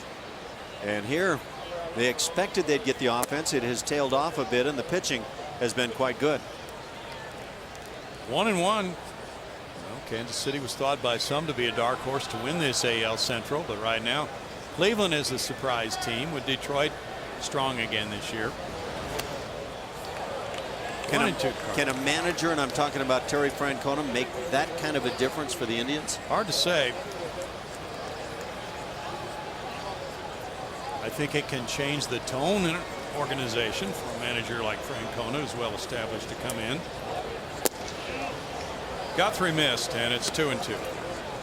Yeah, I think it does. I think the players come to camp right away thinking, this is different than maybe it's been thought of here with a particular club for years. 3-2 now to Carter. Cleveland won again today in 10 innings, 10-8 over Seattle in Cleveland.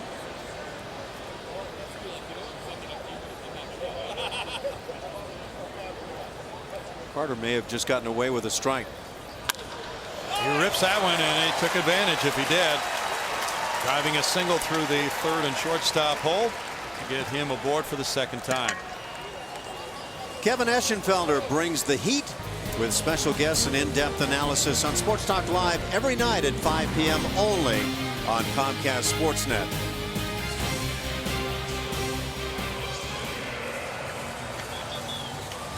Carter's aboard. Now the Astros leading 6-4, have even the hit totals at 7.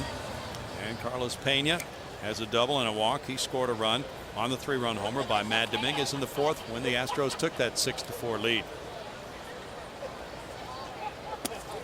In tight for ball 1.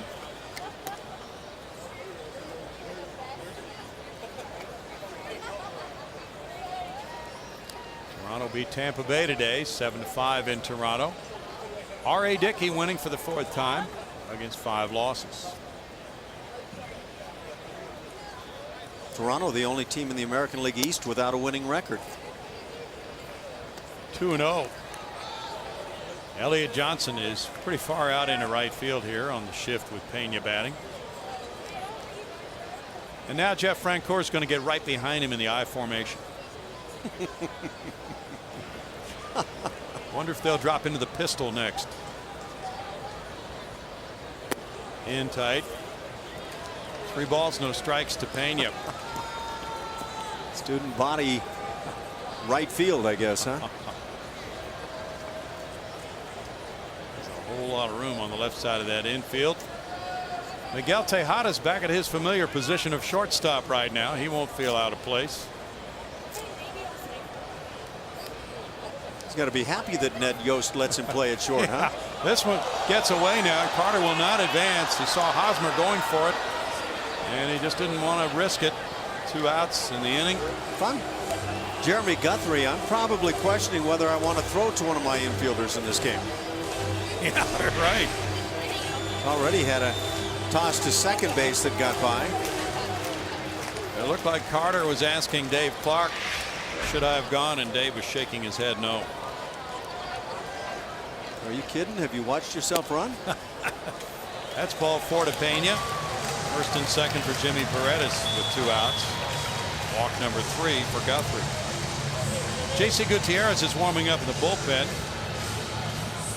He used to be known as Juan Gutierrez when he was in the Astros organization.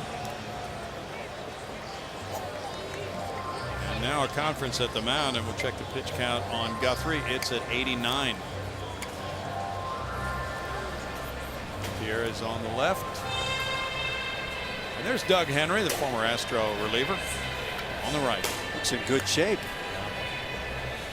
He had been in the minor leagues and got promoted to the Royals Major League Club this season.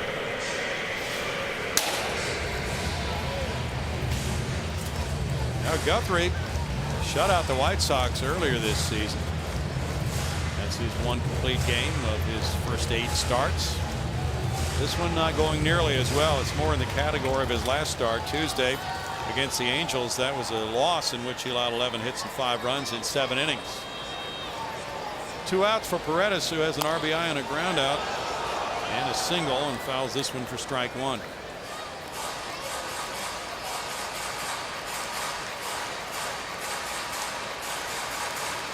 The Astros coming into this game had hit .230 as a team at home this year.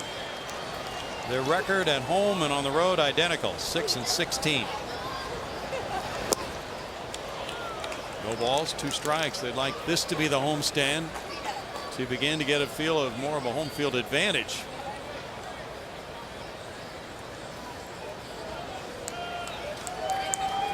They'll be playing Oakland over the weekend and then a 2-game series with Colorado Monday and Tuesday. It's 1-2. Big Bayou Bash coming up Saturday, and that'll be the first of 4 consecutive day games. Saturday, Sunday, Monday, Tuesday, all day games.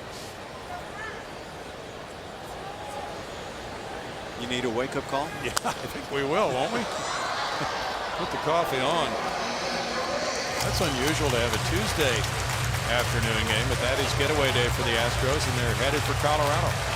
They have those back-to-back 2-game series with the Rockies, so 4 games in a row, but 2 in each location. I don't know that I've ever been involved in that kind of a back-to-back series matchup before. Kind of unique. I think this is the first year for these teams all around baseball to be doing that. 2-2. A lot of teams will be playing that similar schedule.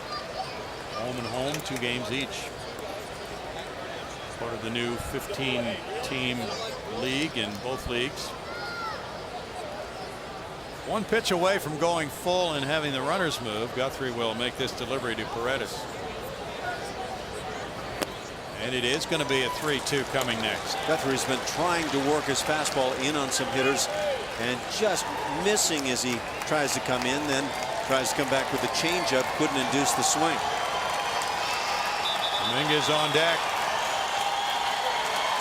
7th 3-ball count of the game for Guthrie. He's at 95 pitches.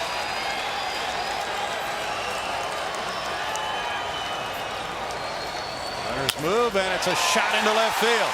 Here's Carter coming home, and the throw to the plate from Gordon is there to Perez, and Perez tags him out. Perez just standing there and acting as if he wouldn't have a play, and then he slapped that quick tag on Carter. Then he turned around to look at Carter after Carter went tumbling. Then he crossed the plate. So that ends it here in the 5th, and it's no runs, 2 hits, 2 in left for the Astros. 6-4 Houston.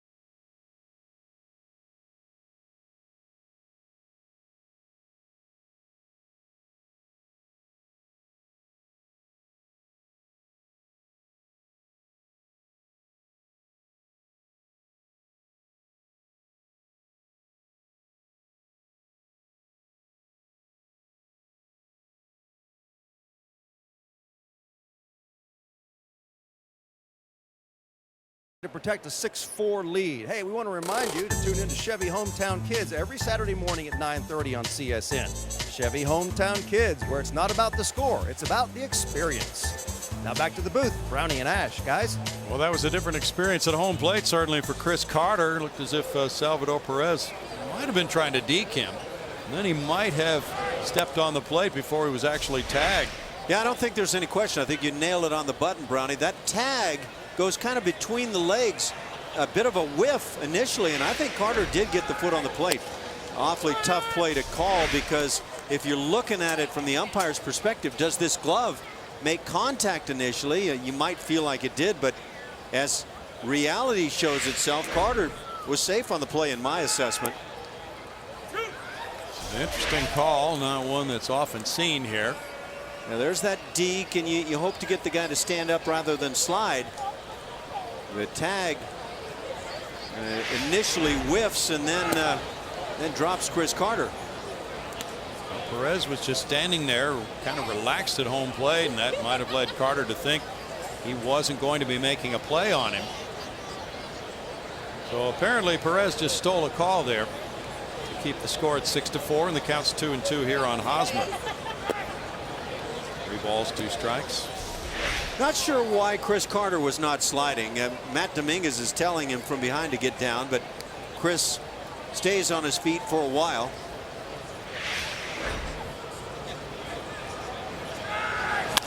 There's a shot into center field. Hosmer drilled that one for a leadoff single here in the 6th inning on a 3-2 pitch. And the Royals, trailing by 2, get Francoeur to the plate. Well, on the 3-2, when you look fastball and you get fastball, and it's below 90 miles an hour and up in the strike zone, you should hit it hard.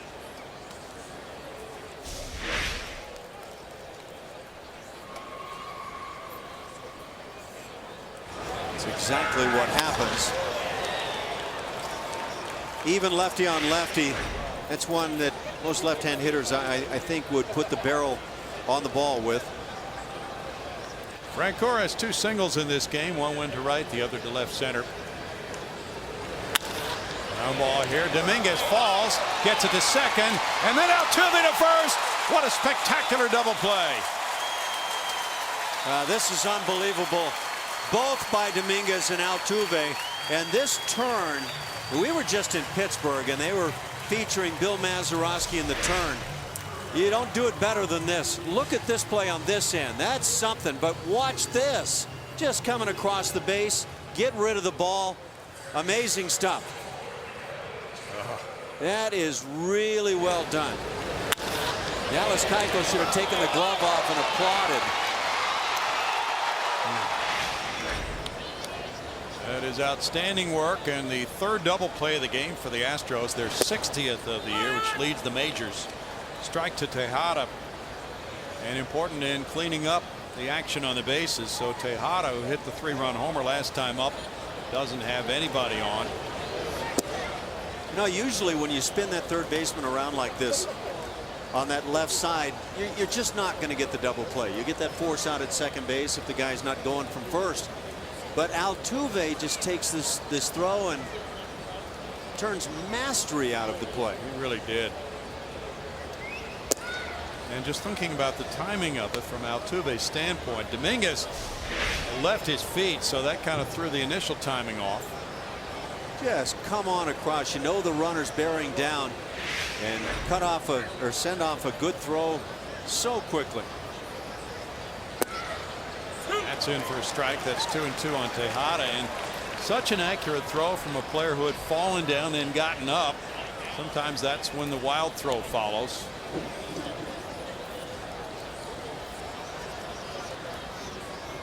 Yeah, there's a couple of young men that are well ahead of their years defensively.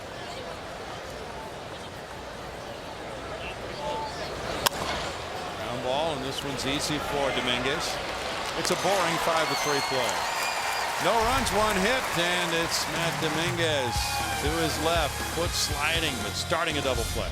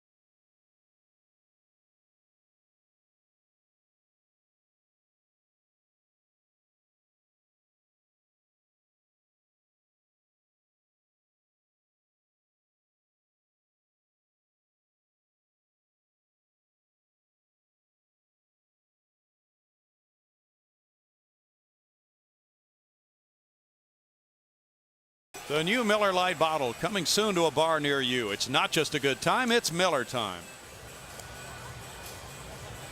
Little action there as the Royals and Astros are at 6-4. Folks moving around a little bit.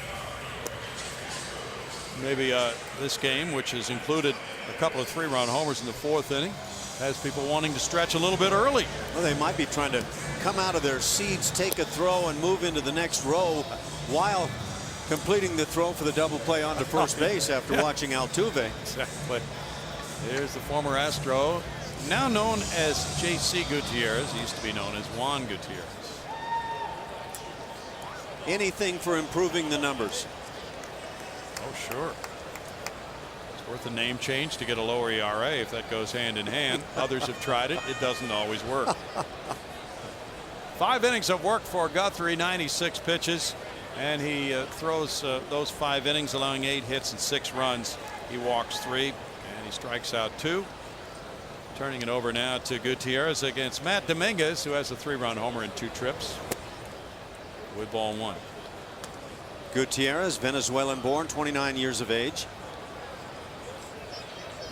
5 years in the big leagues. Yeah, he had just a portion of a year in 07 when he first came up with Houston. That's the only time he has spent in a Houston uniform.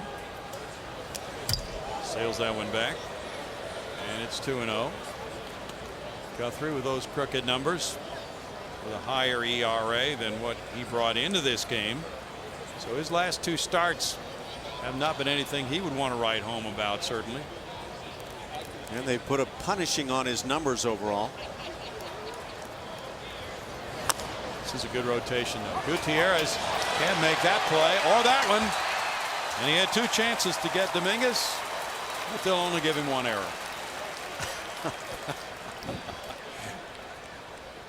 Gonzalez had a taste of that on the road trip in Pittsburgh.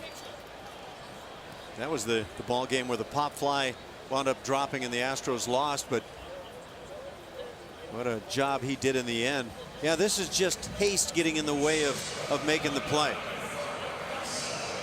Well, let's make it a base hit. Matt Dominguez will welcome that.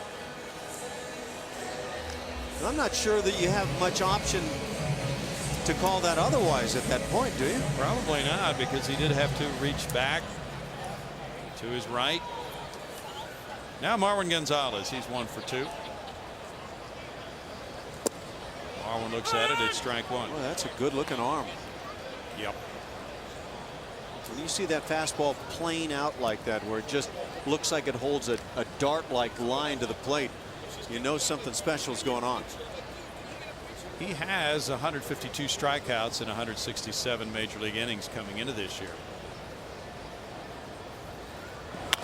Marwin grounds back to him. This play is a 1-6-3. No double play. Hosmer couldn't catch it, so no double play. It looked like routine, but it was anything but, as the throw from Escobar was offline to Hosmer. I have to say, for Gutierrez, he set up the double play possibility as perfectly as you can do it. Put something on the throw to second. Watch when he gets rid of the baseball. He doesn't just lob one, he puts it there. And Escobar, who has a very good arm, just has to get away. That right there is an automatic double play in most cases. But Hosmer couldn't corral the throw. No error, because a double play cannot be presumed. But, you know, that one, when that throw goes to second base, to the shortstop there, as you pointed out, that's as sure as anything, as sure as the Ryan family eating beef, that this is going to be a double play, and it simply did not happen. What kind of beef? Oh, any kind of beef. Well, I thought maybe they might go Nolan Ryan. That might be a good way to start it. Bobby Grossman is next. He's 1 for 2 with a sack.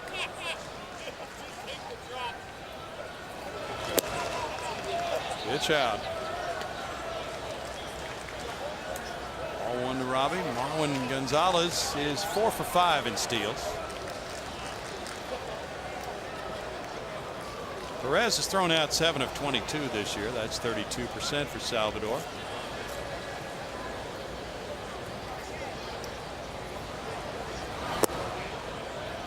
Now it's 2 balls, no strikes.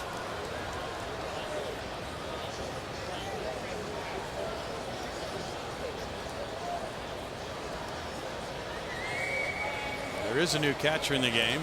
George Gutierrez has replaced Salvador Perez. So apparently he injured his leg on that play over by the Astros dugout.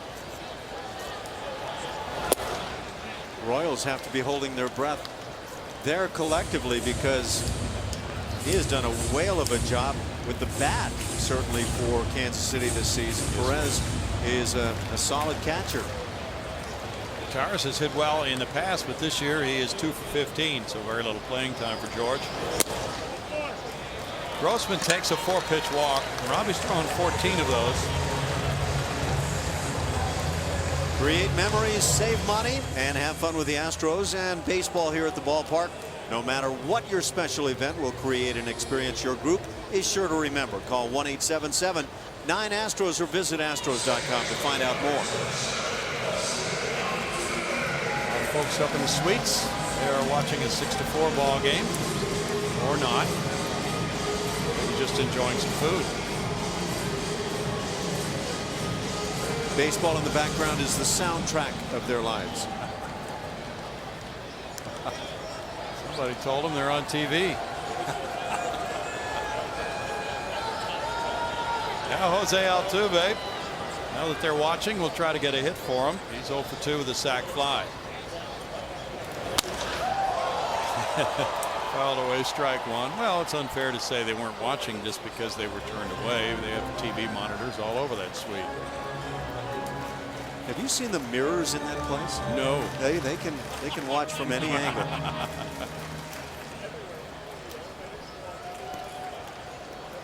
Jason Castro's on deck. Good place to watch a ball game.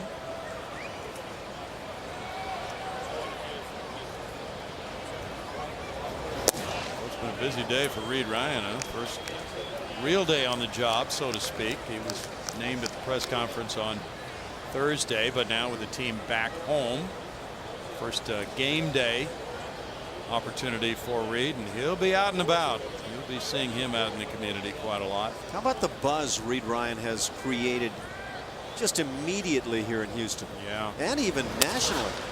That's rolled up the middle. Escobar steps on the bag, throws low, and dug out by Hosmer. And now it's a safe call at second base. So they did not get the double play, and he was sure that he tagged it. And James Hoy gave the safe sign on Robbie Grossman at second base there. And Ned Yost is coming out. Sure looked like he tagged it. And Kansas City's players do not appear to be bluffing. They felt like the bag was gotten here, but it's not a reviewable play. No. And a lot of people are making a cry now to be able to come up with a way to make things a little more sure. There's an obvious tag of the bag and just a missed call. There's no other way around it. I think if you have replay right there, you're going to call that a double play. James Hoy explaining his call to Ned Yost. But as you've indicated, Ash, it is not a reviewable play, and Yost is really irate about that. Double play ends the inning. And now runners at second and third. The inning continues with Castro coming up and 2 outs. Now, one guy I'll tell you, Ned Yost probably has the worst seat in the house to be able to see if the bag was actually tagged right here. But you rely on your players, and when they tell you, Skip, hey, we got this one, that's when the manager will start to air out the umpire. James Hoy was on the inside of the bag. Escobar touched the outside of the bag. That is difficult for him to see, but it's his call. I'll tell you where this could have gone horribly wrong is if Dave Tremblay, the third base coach, had just, on what was presumed to be an inning-ending double play, just allowed Marwin Gonzalez to move on toward the plate, and he had gotten thrown out. Oh! Jason Castro, the batter, he has a homer in 3 trips. In tight, ball 1.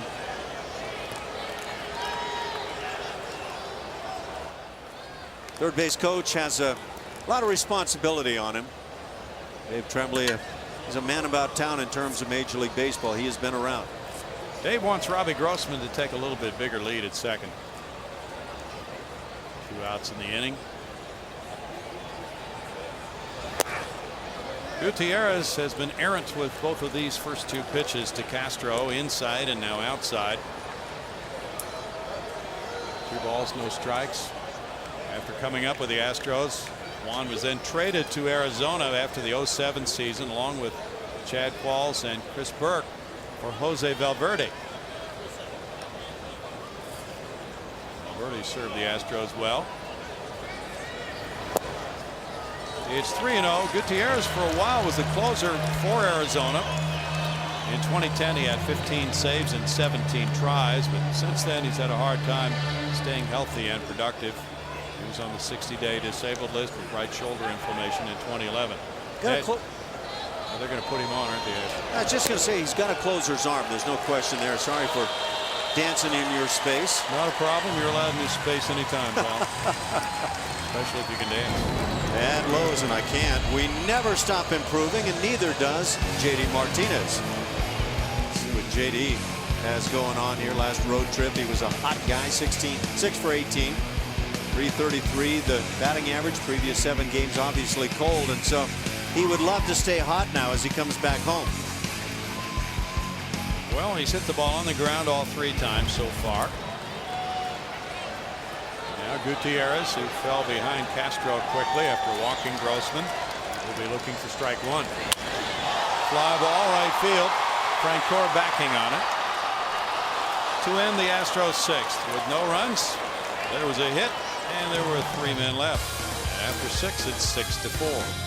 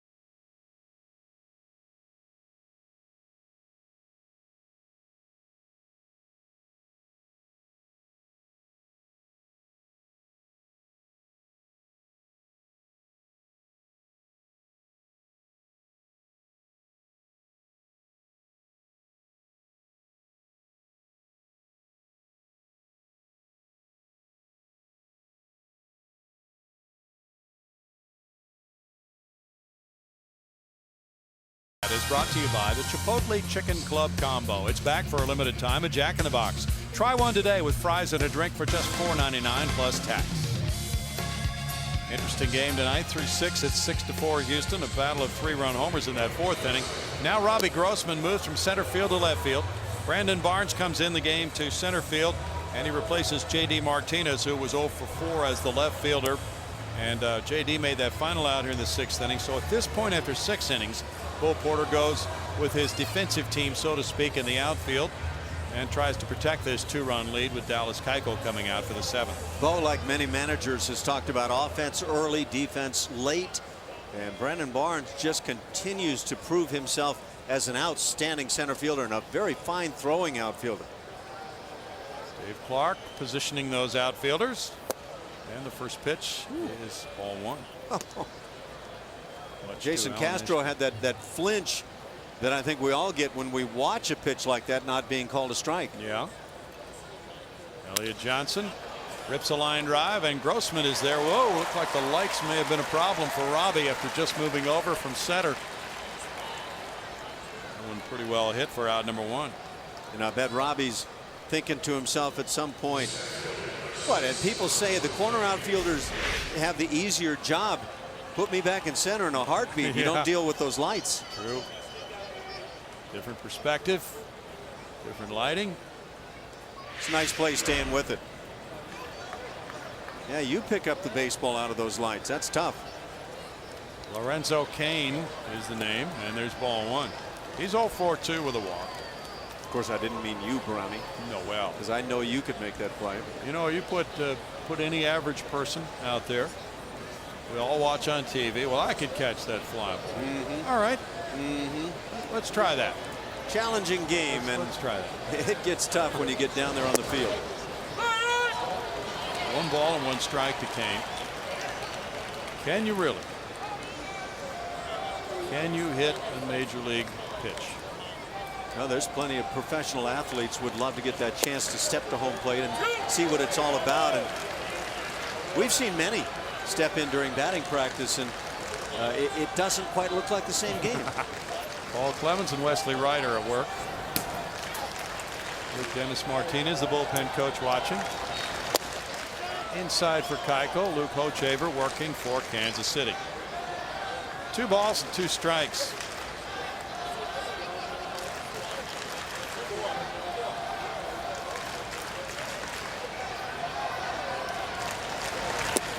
Ooh, Cain is down on strikes. Good work by Keuchel. You never know what you might win, but here's how you can try. Just watch Sportsnet Central every night in the month of May at 10 p.m. or after the game to learn our word of the night. Then log on to csnhouston.com for a chance to win cash prizes and more. Play Words on CSN every night in May. You do not know the words tonight, do you? No, I do not. Nobody knows. Do you know? Nope. Alcides Escobar fouls it back. All these 1. years, I thought you were the shadow. They might be Alan Ashby. Salvador Perez left with right hip pain as he tried to make that sliding catch on the foul ball over by the Astros dugout. It seemed that would be a problem for him, and he left shortly after that. 1 ball, 1 strike. Remember, several years ago, Tony Eusebio flipped over that railing. Yes. And he went head first, headed for the concrete floor. I was still here at the time. That's true. Hard Tony. That's not what you're thinking about when you talk about head first. 1 ball, 2 strikes. No, that changes perspective a bit. In interleague play, the Royals were 13-17 against the Astros. 7-5 here at Minute Maid Park.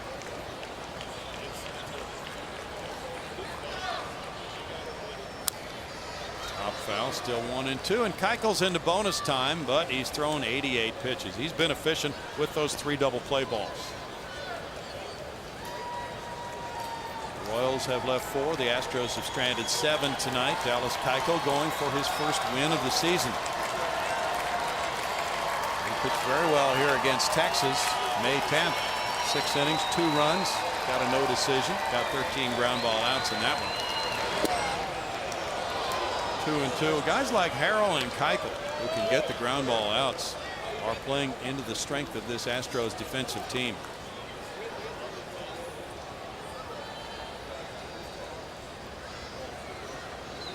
Lucas Harrell was a ground ball producing machine yesterday. Such a nice adjustment he made in that bullpen session you and Jeff Blum talked about. Getting the hand out of the glove a little bit earlier with pitching coach Doug Brocail.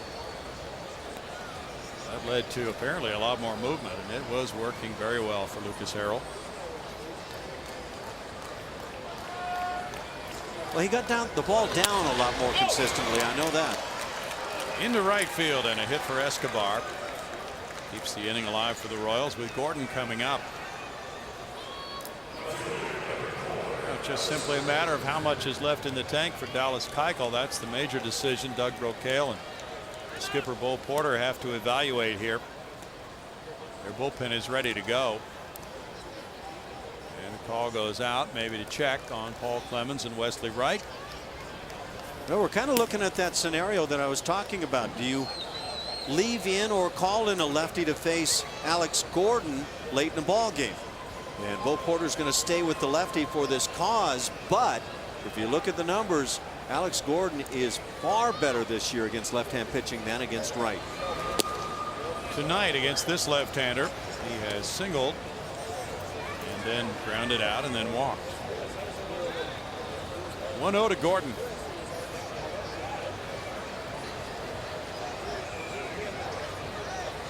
Breakdown 429 against left-handers with 3 long balls.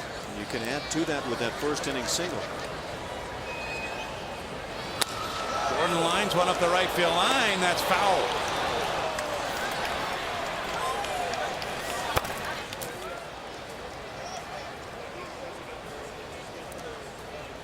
See what Bloomberg has to say about Alex Gordon and where he hits the baseball. When he puts it in the air, everything is fair play. When he puts it on the ground, primarily on the right side, but he will shoot some on the left side from shortstop on toward the line. Not a whole lot of balls up the middle, and for me that's a bit surprising. The Astros are not overshifting on him. He hit the ball on the ground in the 3rd inning to Altuve. They've adjusted a little bit, but not the way we've seen them against a lot of left-handed pull hitters this year.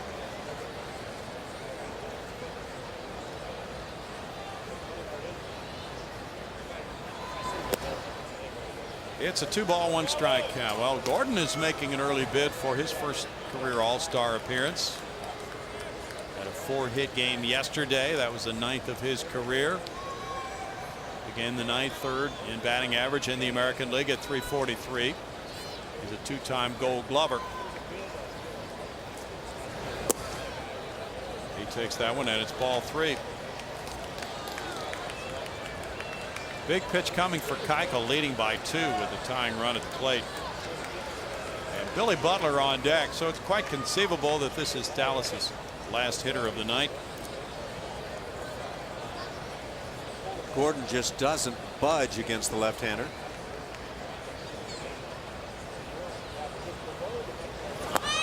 Gordon takes a walk, and now 1st and 2nd, 2 out for Butler. It's walk number 4. And Bo Porter is going to make the next walk.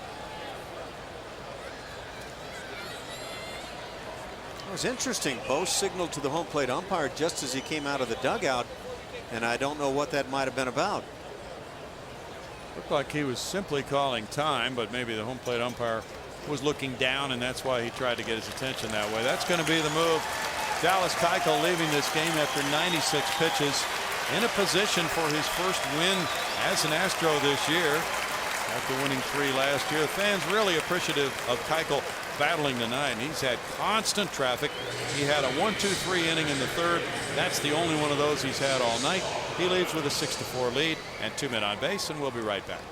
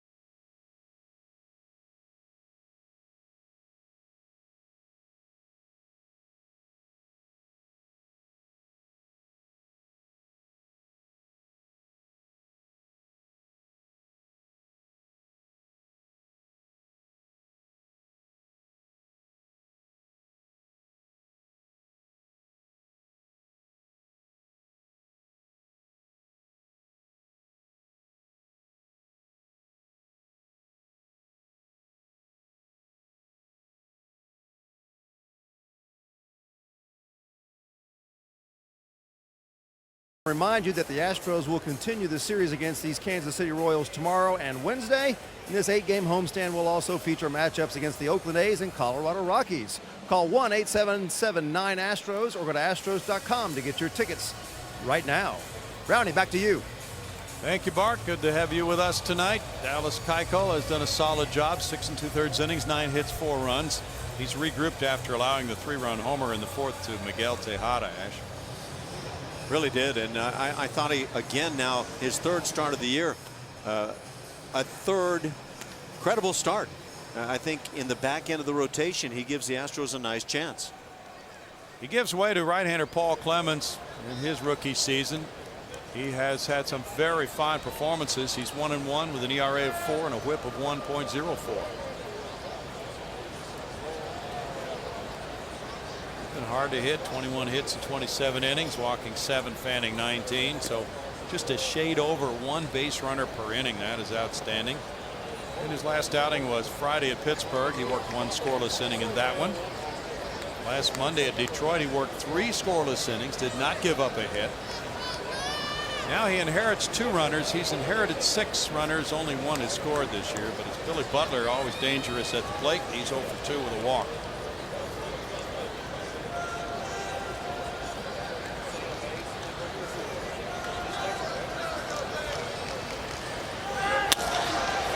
One hopper backhanded, and Gonzalez gets it to Altuve. 1 pitch, and Clemens gets the Astros out of the 7th inning. No runs a hit, 2 men left, 6-4 Houston.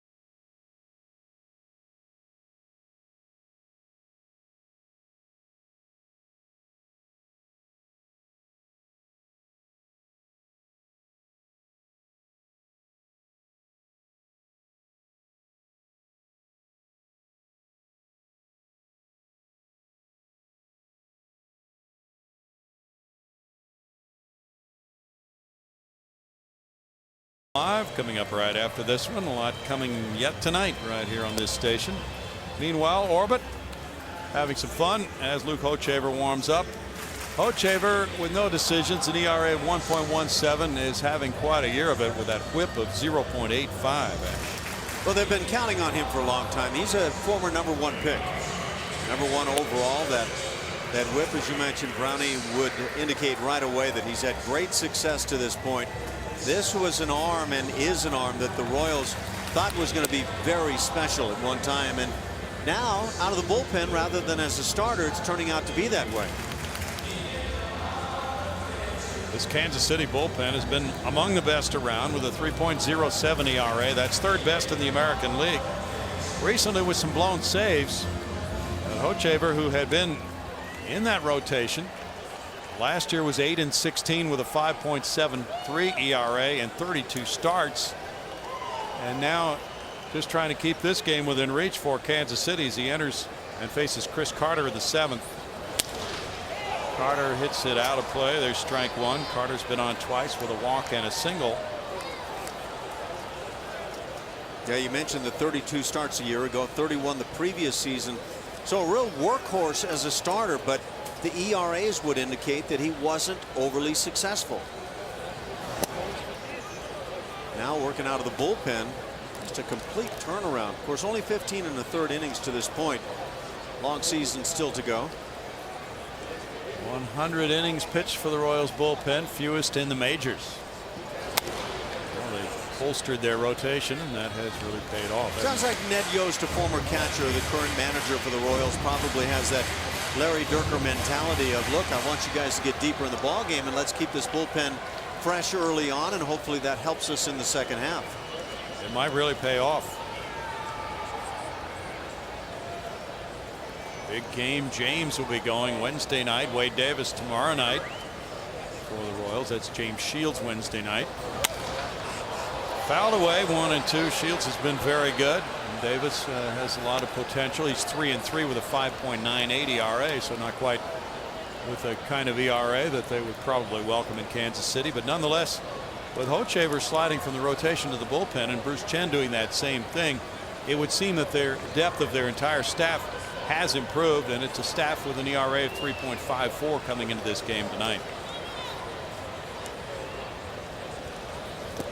Breaking pitch gets Carter on strikes. Hochevar, as a starter last year, allowed the most earned runs in all of the American League. Numbers were not good. 5.73 the ERA last year, but that kind of a curveball should play quite well. He has the stuff.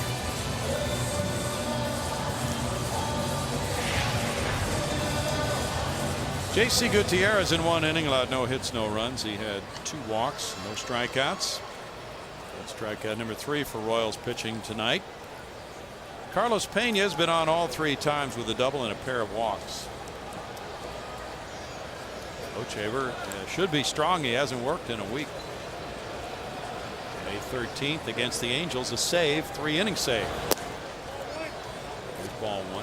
Astros had that same scenario work on their side in Pittsburgh. Jose Cisnero went a week without pitching, and when he did pitch, boy, was he good. He sure was. Mike Stanton took note of that big strikeout he had on the center fielder McCutchen and how much confidence he gained in that one.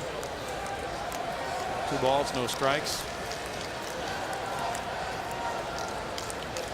96 on that heater, and so still these years later, now at the age of 29, Hochevar can throw hard. You can see why he was able to impress the scouts the way he did.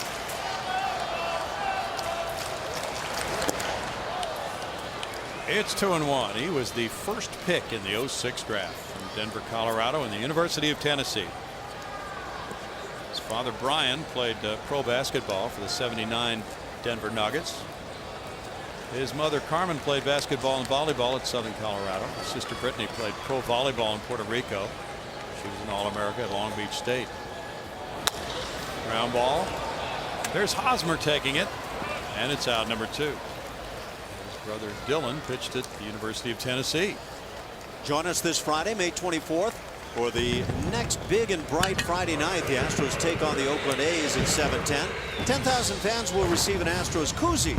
That's courtesy of Budweiser. Then stay for the post-game fireworks show presented by Marathon Oil. Call 1-877-9-ASTROS or visit Astros.com to get your tickets today. Now it's Jimmy Peretta stepping up. He has 2 hits and 2 runs batted in tonight. Good night for Jimmy.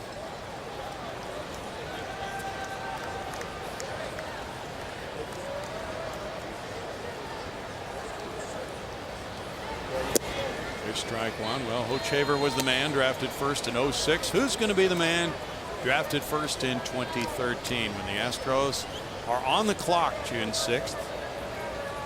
Always fun to look back years later and see who some of the other names in a draft might have been when Hochevar was drafted first. Evan Longoria was a few picks later. There's a liner, and Hosmer comes down with it. Eric Hosmer goes up and stabs that one off the bat of Jimmy Peretta for out number 3, and we go to the 8th with the score 6-4 Astros.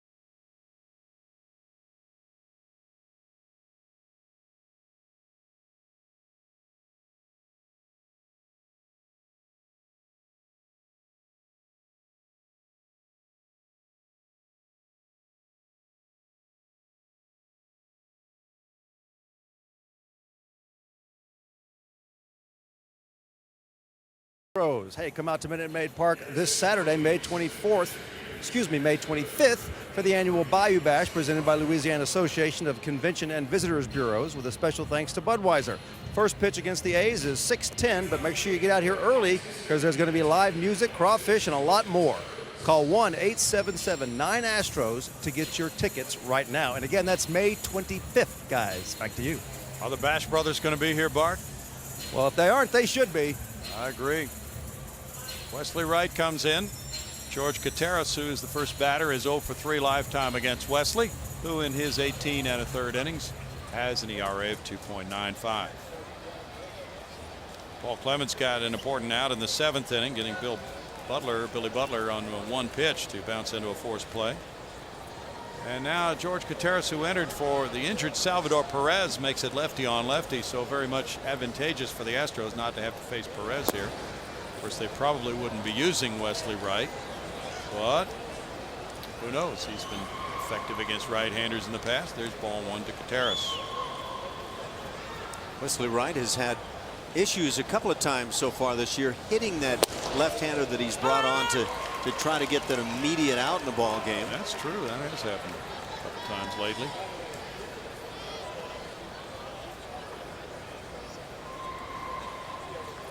Gutierrez was with Milwaukee. He had been drafted by San Diego and then traded to Boston, but it was a waiver claim by Milwaukee and had only had a few at bats with Boston before the 2010 season. In 2011 with Milwaukee, had 5 homers and 111 at bats, and then last year he moved along during the season from Milwaukee to Oakland.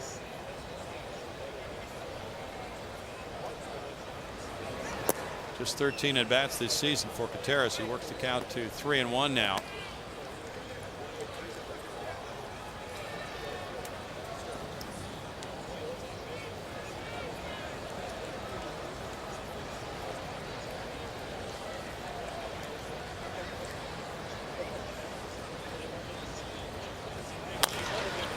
Bouncer slowly hit. Altuve comes in. And that's a good development for Wesley Wright after falling behind 3-1. He gets him on an easy ground ball for out number 1. I'm surprised that George Gutierrez was swinging on the 3-1 with a new pitcher on. He's trying to find the strike zone, and offering right there, just it felt out of place to me. Well, the Astros greet that happy development. Out number 1 here in the 8th inning. 12,989 the paid attendance tonight, and it's another lefty, Eric Hosmer, coming up now. Hosmer's 2 for 3.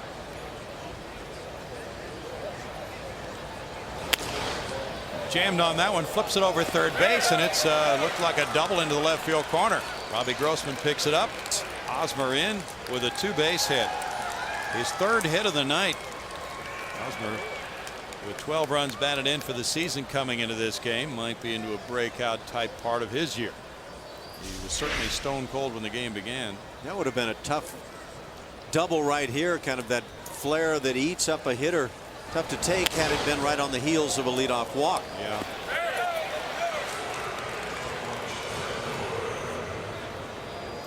Hosmer hits the deck. That's 10 hits for the Royals. And now again they bring the potential tying run to the plate, and Jeff Francoeur, he is 2 for 3. And, let's see, they're going to appeal at first that Hosmer missed the base, and he did not. Wait a minute, Bo Porter's coming out. He apparently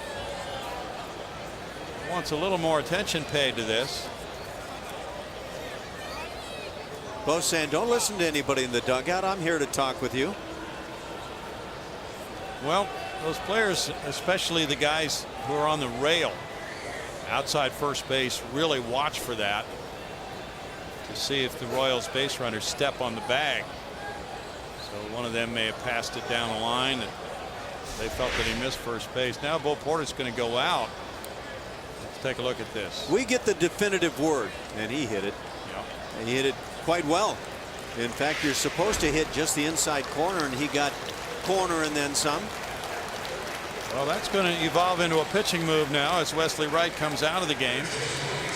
Jeff Francoeur coming up next. It's going to be the right-hander Hector Ambriz out of the bullpen. 6-4 Houston. Back in a moment.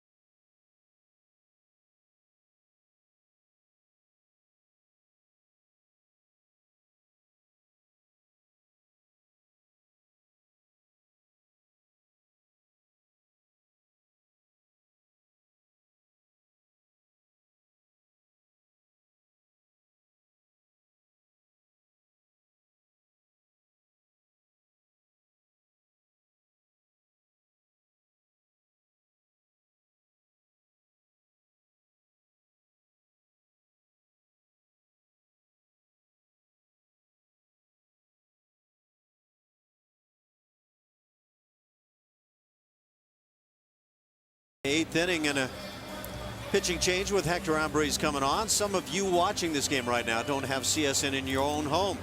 If your TV provider doesn't carry CSN yet, call and tell them you want your CSN so you can have the very best of coverage with your Astros. This is your network. Astros fans, you need this network and you deserve it. To get the facts, go to iwantcsnhouston.com. Hector Ambrose has come out of the bullpen. He'll be pitcher number 4 for Bo Porter tonight. Wesley Wright went 1/3 of an inning. He leaves with a runner at second. Hosmer charged to him. And it's Jeff Francoeur, the batter. Francoeur is 2 for 3. Ambrose 1 and 2 with a 5.85 ERA.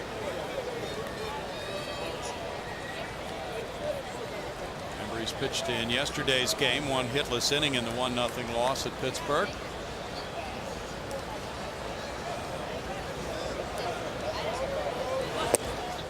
He delivers. There's strike 1. He had the rough outing, the blown save Friday night in Pittsburgh, coming in with a 4-2 lead in the 8th inning and giving up a game-tying 2-run homer to Pedro Alvarez.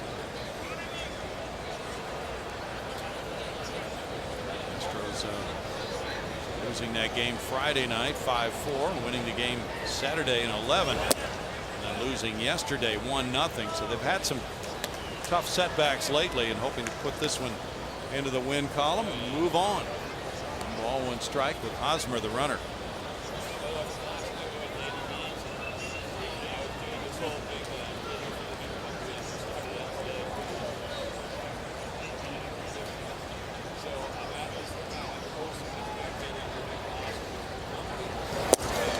Good pitch. 1-2. He spotted that fastball. Looked like Francoeur tried to do the right thing and the only thing on that tough pitch down and away. Trying to shoot it to right field. Francoeur, reaching back a few years, has hit well against the Astros. 320, 8 homers, 29 runs batted in. It's a doink to right field. Jimmy Paredes comes in, and that will be a hit. And here comes Hosmer to the plate. Here's the throw from Paredes, and he scores to make it 6-5. Moving into second base, Francoeur on a looping double. Not hit hard at all, but he dropped it in front of Paredes in right. Chris Carter did not get himself in a cutoff position here, and he's moving around positions. I'm not sure he has a good feel for what he needs to do at first base. And now time for the pitch by pitch presented by Steel Dealers. You see the curveball to start him. He got a favorable call and then misses away with the fastball. That was a great pitch there. And the little dork right here that drops in was a tough looking breaking ball down and away. Great effort by Jimmy Paredes. That's all you can do when a guy just flares one into play. Now Miguel Tejada bats. He has the 3-run homer in 3 trips. RBI double for Francoeur, his 7th double, his 3rd hit of the night. Off the mask. Jason Castro at strike 1. So Hosmer's run is charged to Wesley Wright, who in 1/3 of an inning allows 1 hit, 1 run with no walks, no strikeouts. Now it's down to a 1-run lead. And probably fitting the way these two teams have been packing in the 1-run decisions in recent days. This left-right inning in terms of the pitching for the Astros has not played out as the design might have desired. No, percentages have been in their favor, but not performances. Ground ball slowly hit. And here's Marwin with a play for out number 2. Francoeur taking 3rd. 2 outs, and it's Johnson coming up next.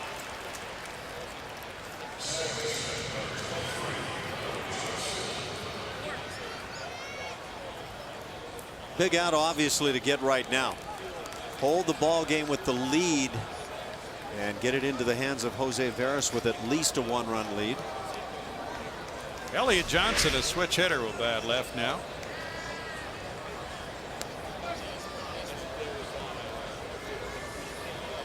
Here's out number 2. Johnson had the RBI single in the 2nd. He's 1 for 3, lined out to left in the 7th inning against Dallas Keuchel.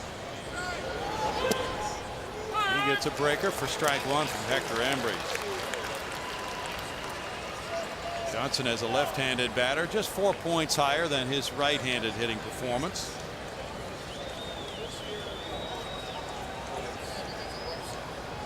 Royals picked him up in a trade in February of this year.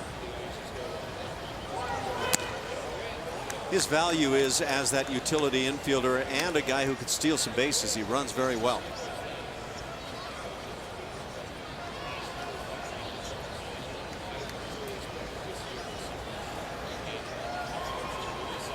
Lorenzo Cain's on deck. 11 hits for the Royals, 9 for the Astros. Kansas City has the only error tonight.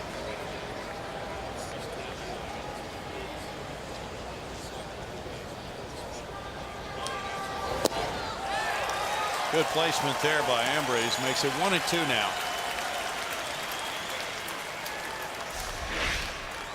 Watch the movement on this fastball, just darting away.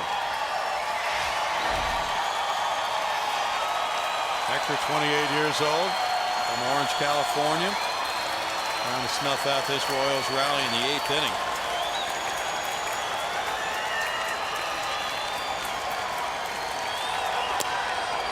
Now 2-2 to Johnson.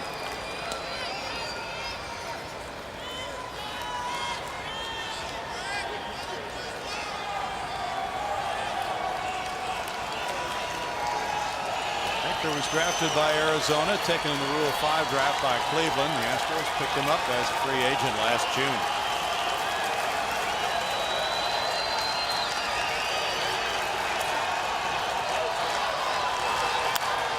Fly ball left. Robbie Grossman back to end it in the 8th for Kansas City. It's 1 run, 2 hits. Miguel Tejada had a chance to tie it, but he grounded out, and it's 6-5 Houston.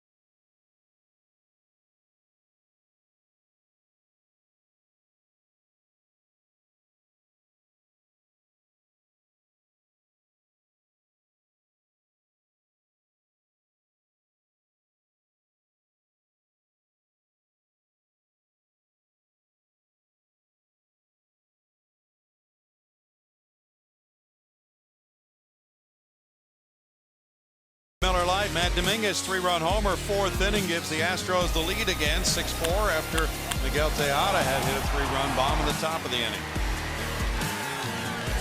Matt Dominguez has been flashing that power bat of lately, and nice to see. You have those corner infielders, corner outfielders. You want to get that power game from those guys. Now pitcher number 4 for Ned Yost. Aaron Crow comes in the game to face Dominguez. 25 years of age. Came from the University of Missouri, Columbia. That makes Brownie a fan right away. Well, in part. Yeah, just in part. Dominguez takes a strike. 13 games on the season, ERA at 169. Pretty good numbers coming out of that pen. Here's what's hard to figure. He was a first-round pick of Washington in 08, did not sign. Went through the draft again in 09, another first-round pick. Kansas City took him with the 12th pick after he had been the 9th pick the year before. And when he did not sign, he played independent ball for the Fort Worth Cats in 08 and 09. Guys wind up taking that route with the independent ball. shot on the ground, but right to the third sacker, Tejada. Zips the throw over to Hosmer. That's still a good arm that Tejada has down at third base. You can still get it done, Ash. Very nice. Watch this throw. That ball's hit sharply, and he just airs it out with ease. Played in the World Baseball Classic. He had to earn his way back to the major leagues this year. You always look for that guy to play third base that has that kind of an arm. Shortstop as well. Shortstop is unique. Ozzie Smith didn't have much of an arm, but boy, he could play that position. Remember Brooks Robinson down at third, maybe known by many as the greatest third baseman defensively of all time, but he didn't have a good throwing arm. He was just gifted with the glove and real quick with that release. Yeah. Gonzalez is 1 for 3. Marwin Singleton scored in the third inning. Royals have the top of their lineup due up in the ninth. Astros closer is Jose Veras. 1 ball, 1 strike. It'll be Kane, Escobar, and Gordon due up in the Royal ninth inning. And Gonzalez trying to provide some insurance with Robbie Grossman on deck. Bunted in the air, and that's caught by Crow. 2 outs. You know, talking about Crow not signing, well, that's the situation of Mark Appel, who was drafted last year in the first round by Pittsburgh. He fell to the number 8 choice, did not sign. He's gone back and he's had an outstanding year at Stanford. And now he again is being mentioned as the possible first pick in the draft, as he was last year. Jose Veras getting loose. But it could be Jonathan Gray of Oklahoma. Grossman fouls it, strike 1. Robbie with a single, a walk, and a sac bunt has been active tonight. That one doing some damage there to George Kataris. Gray's a big guy with an arm that allegedly can get in that 100-mile-an-hour area. Yeah. I've never heard, does Appel get in that kind of range? As Kataris is not really interested in our conversation. Not much. He's all about the baseball drilling him here. Well, most people would be more concerned about their throats than our conversation. Kind of a selfish attitude, I Yes, think. it is. Nonetheless, it's kind of intriguing. Who's going to be number 1 overall on June 6th? Will it be Jonathan Gray of Oklahoma? Will it be Mark Appel of Stanford? Or someone else? 1-1. Baseball America is out with its draft preview issue. One scouting director said of those 2 pitchers, you've got the 2 big ones, then there's a big separation. So if you're thinking pitching, you likely have to think in terms of one of those 2. And he went on to say people knew Appel would be good, but I don't think anyone thought Gray would be as good as he's been. So he's coming quickly. Fly ball toward the seats. Might there be any fear there that a guy's just kind of coming on and having one good season? There might be. And so it gets to be very intriguing at this point, getting close. And as you know, the Astros are taking a look at all these guys. They're considering strongly with that first pick. Think of Roger Clemens, and he was a guy who developed arm strength late in life, and that is extremely rare. Yeah. Now, one American League scouting director said, I would probably take Appel only because of the track record, but I saw Gray so good this spring. He touched 98 and the slider was very good. He was dominating. There's a shot in one hop. Tejada zips another strong throw over to Hosmer. That's it for the 8th inning. Now 6-5 Houston, going to the 9th.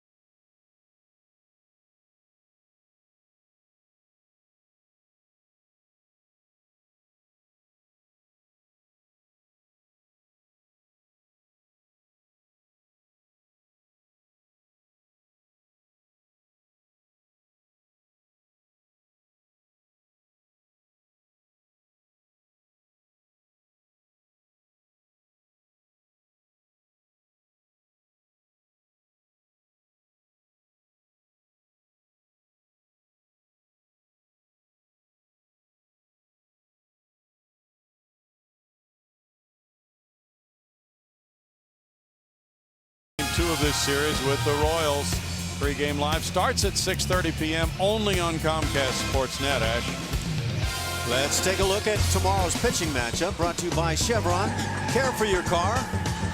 Car gonna need some new tires very soon. Keep driving like that. Wade Davis goes for KC, 3-3 on the year. The ERA would indicate that he has had his problems, as well as the batting average against, 3.49. Bud Norris gets the assignment, 4-4, 4.32 the ERA.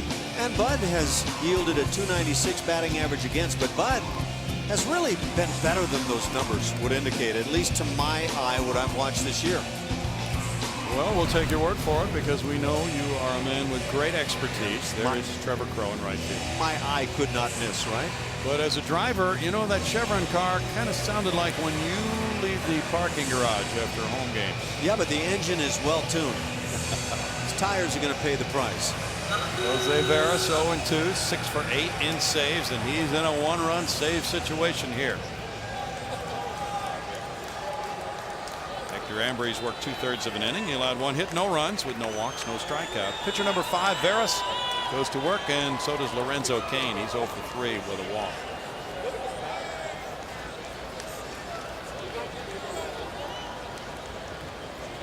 Dominguez even with the bag at third. And there's ball 1 at 92 from Jose. Jose saved the 7-5 win at Detroit on the road trip. That was 5 days ago. And then in Pittsburgh, he saved the 4-2 11-inning win Saturday night.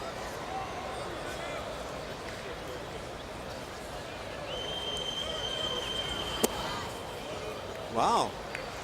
Apparently that pitch was called high. Jose kind of kept walking in that direction, trying to figure out maybe if he could get word as to where this pitch is. It's right at the belt buckle. Height was not a problem. Getting a strike call. Didn't appear anyway. You're going to go with inside or outside? Well, I'm not sure which one I'm going to choose. It's a guessing game, isn't it? Let's just call it a 2-0 count. That's on the edge. Make it 2-1. Isn't that the difficult thing, though, about pitching in a situation like the one Jose Veras finds himself in? You just have to move on, even though a call like that can really be big. One of the biggest things you can do as a pitcher is just do as you say. Move on and make a good pitch on the next one. Ooh, spins up a breaking ball. That didn't work for him, and it's 3-1 now. You can't walk the leadoff man in a one-run ball game in the 9th inning. But now you're in that precarious 3-1 situation. Doug Brocail, Bo Porter, hoping Veras can come up with something here on Cain. He walked 7 in 17 innings. Threads that one in, and it's 3-2. Anybody come to mind as far as closers or just pitchers in general you work with who had a hard time overcoming a bad call, where it would really bother them and you could tell it?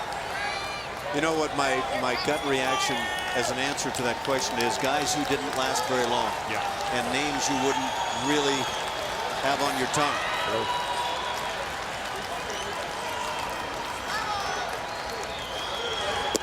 Oh, he brought it around again. The breaking ball didn't work for him, and he went back to it.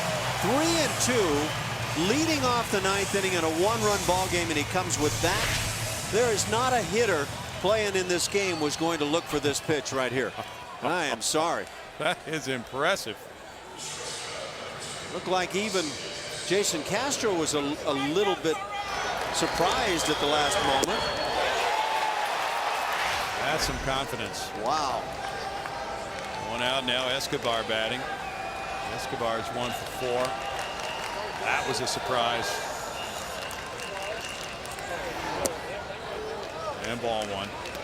If you were to get Cain aside, and he would be very honest with you, he'd probably say, there is no way I thought he would have thrown that pitch. I had my dial dead red and didn't even consider anything else. Exactly.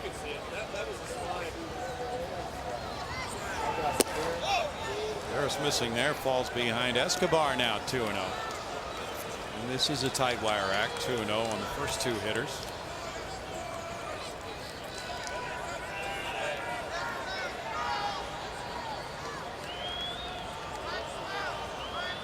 Dominguez backs up at third about 3 steps. It's 2-1. How about that?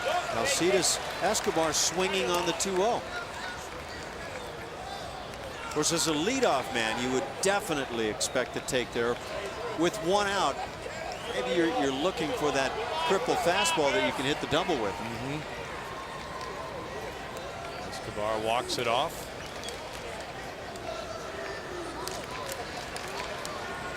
Royals lost 3 games in Oakland over the weekend, all by 1 run.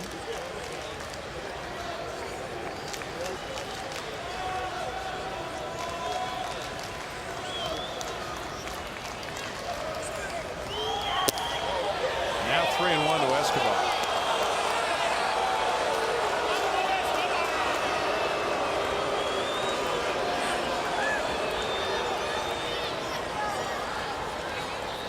Escobar had 35 steals last year. He's 8 for 8 this year. Alex Gordon's on deck.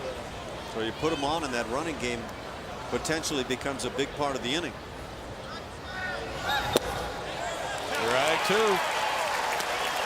I got to hand it to Jose Veras. When he falls behind, he will make some really nasty pitches. He's not coming to the heart of the plate. Castro's setting up on the edge.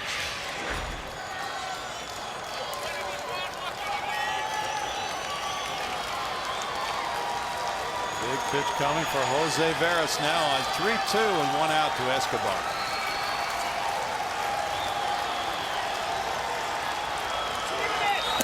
And he got him.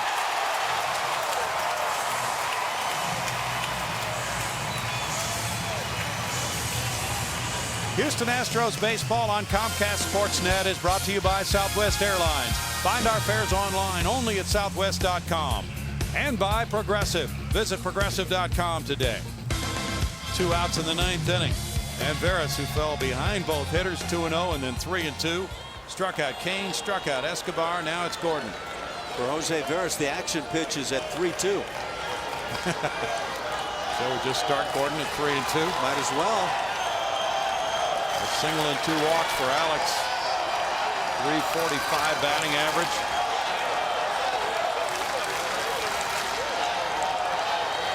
And the crowd is into it. There's ball 1. Starter changeup right there, or splitter. 84-mile-per-hour pitch.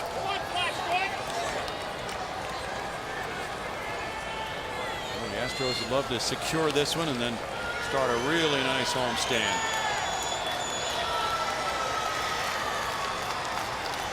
Royals trying to avoid dropping a game below 500. It's a 2-0 count, and a show of respect for Alex Gordon on these 2 changeups. Exactly that. Yeah, this is, I don't want to have to throw him a fastball through the plate. And there's the Reed Ryan factor. I wonder if about a week ago if Reed would have felt that same pain right there. Throw backs up in right field 2 steps. Gordon has it caught. Now Gordon is that type of hitter, and on that type of a roll you could understand why Crow was backing up a little bit. If Ned Yost, the skipper of the Royals, could have gone to home plate and just spoken to Alex Gordon, he would have said just exactly what Alex did right there. Take a big swing. Yep. See if you can catch the lightning in a bottle on that one swing and tie the ball game.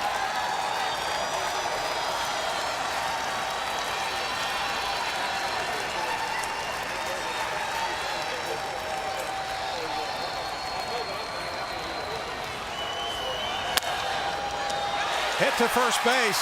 Carter takes it to the bag, and Jose Veras nails it down. Reed Ryan taking over as president of Astros business operations. Watches the Astros win it 6-5. Veras nailing it down, and Dallas Keuchel gets win number 1 with the Astros this season. It was a 3-run homer by Matt Dominguez in the 4th that gave the Astros the lead. That's the finish as Chris Carter takes it to first base. Reed Ryan applauds. 6-5. The Astros win it tonight.